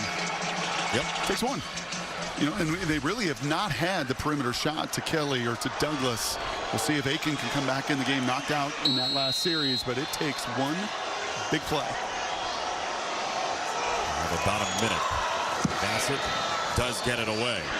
Brown back to receive, and that's a really good punt by Bassett. That's his specialty. They set him up for it. Last week at Iowa State, the previously unbeaten Cyclones. Morton gets it to Kelly, an early touchdown. Taj Brooks put it away, but they came back in a similar situation to change the Big 12 race. Yep, now you got to go 94 yards, and you got to do it in 63 seconds, and you don't have a timeout. And this is, which means these throws have got to be beyond the chains. For fatigue purposes, this is the 151st play of the ball game combined. Morton, right down the middle. It's tipped and nearly intercepted. Stoutmeyer got the hand up to deflect it. Yeah, one of the advantages when you have a safety playing at that second level, that linebacker level, you can see it. He is watching and staring it the whole way, and it's a good thing he got that fingertips, because you could see Conyers in front of the safeties for a big play. And Colorado get home rushing 4. They have all day, and they got there that time. The arm was coming forward. The ball is loose. It's picked up by Shiloh Sanders. Walker knocked it free. It's a touchdown. The field is a fumble recovered by the defense for a touchdown. Shiloh knows that dance. Now we'll see, and this is the right call, right? You let it play out, and then you're going to go back and look and see if that arm was coming forward. I don't think so. No, it was his arm did come forward, but the ball was out of his hand before that. The movement of the ball was created as it was going back there. Yeah, that's a fumble. He tried to propel it forward, but that's not the rule. The ball was already coming out, right, with the contact there from Arden Walker. And these edges, man, have just been phenomenal. These tackles just have not, either side, have just not been able to block him. You asked the perfect question. Can you get home with 4? Not only get home, Jason, it looks like you can finally put the nail in the coffin with that sack fumble touchdown. Well, and the crowd doesn't like it, but that's the right call, and we'll hear from Dean Blandino after the point after from Mata here. But control is the issue. Dean, your thoughts? Great call by the officials. This game has had a little bit of everything, so of course it's going to end this way. But you can see the contact by the defender is going to knock the ball loose. The hand is coming forward, but without control of the football. So that is a fumble, and it's going to be a touchdown for Colorado, and they confirmed it. I mean, I don't even know who you give game balls to here. 88, 53, 2, 12, 24. Bingo. I mean, it's, and then the linebackers, Hill Greens gets the pick. I mean, they just 35, BJ Green. Yes. Right. And this is how you win your 4th in a row on the road. This is how you set the table for an unbelievable 3 weeks. Big Noon. It was lit in Orlando. It was lit today. Big Noon in Boulder next Saturday. With controlling their own destiny over the final 3 weeks, which includes Utah at home, a trip to Kansas that will be dangerous, and beat Iowa State today. Yep. And then the Pokes to end the thing at home, who have been beaten up and broken. Yeah, what a ride. This has been an absolute thriller for Colorado. They'll chip it to the 50-yard line. There's still 51 seconds left. It's unlikely, but you could still score onside kick it. Who knows? But this, as you said, the remaining please schedule. Reset the game clock to 50 seconds. Clock 1 second operator, should have run on the clock. If named every time we heard clock operator, would have an NIL deal by the end of the night.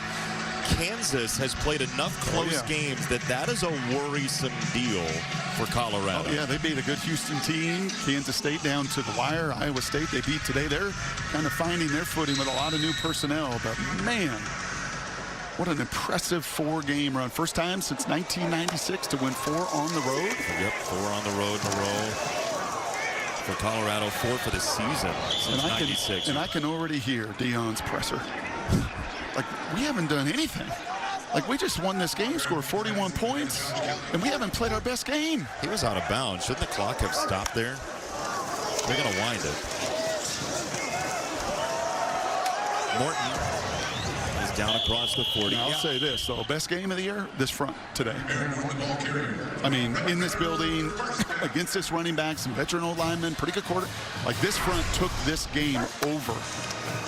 This game had every reason to unravel for Deion Sanders' team, and it absolutely didn't. A major credit to him and his coaching and his son Shadur for keeping this offense even-keeled all day, but first when they were down 13-0. Look out. Colorado is a very complete football team right now. Still some work to do on the penalties. There's a breakaway from Brown. He'll end up out of bounds. 4 seconds to go. And that's I mean, the penalties, a chance to really close it in distance there after a couple takeaways. You saw the emotion from him in that fourth quarter. Right, he's pretty disappointed in offense that didn't really finish Joey McGuire's crew the way they could have. And yet, a sack fumble, Shiloh scores, a 2-score win. And in total control of their destiny in the Big 12. Win out, you go to Dallas. Arlington, incomplete. Ball game over. Colorado is a winner, 41-27 over Texas Tech.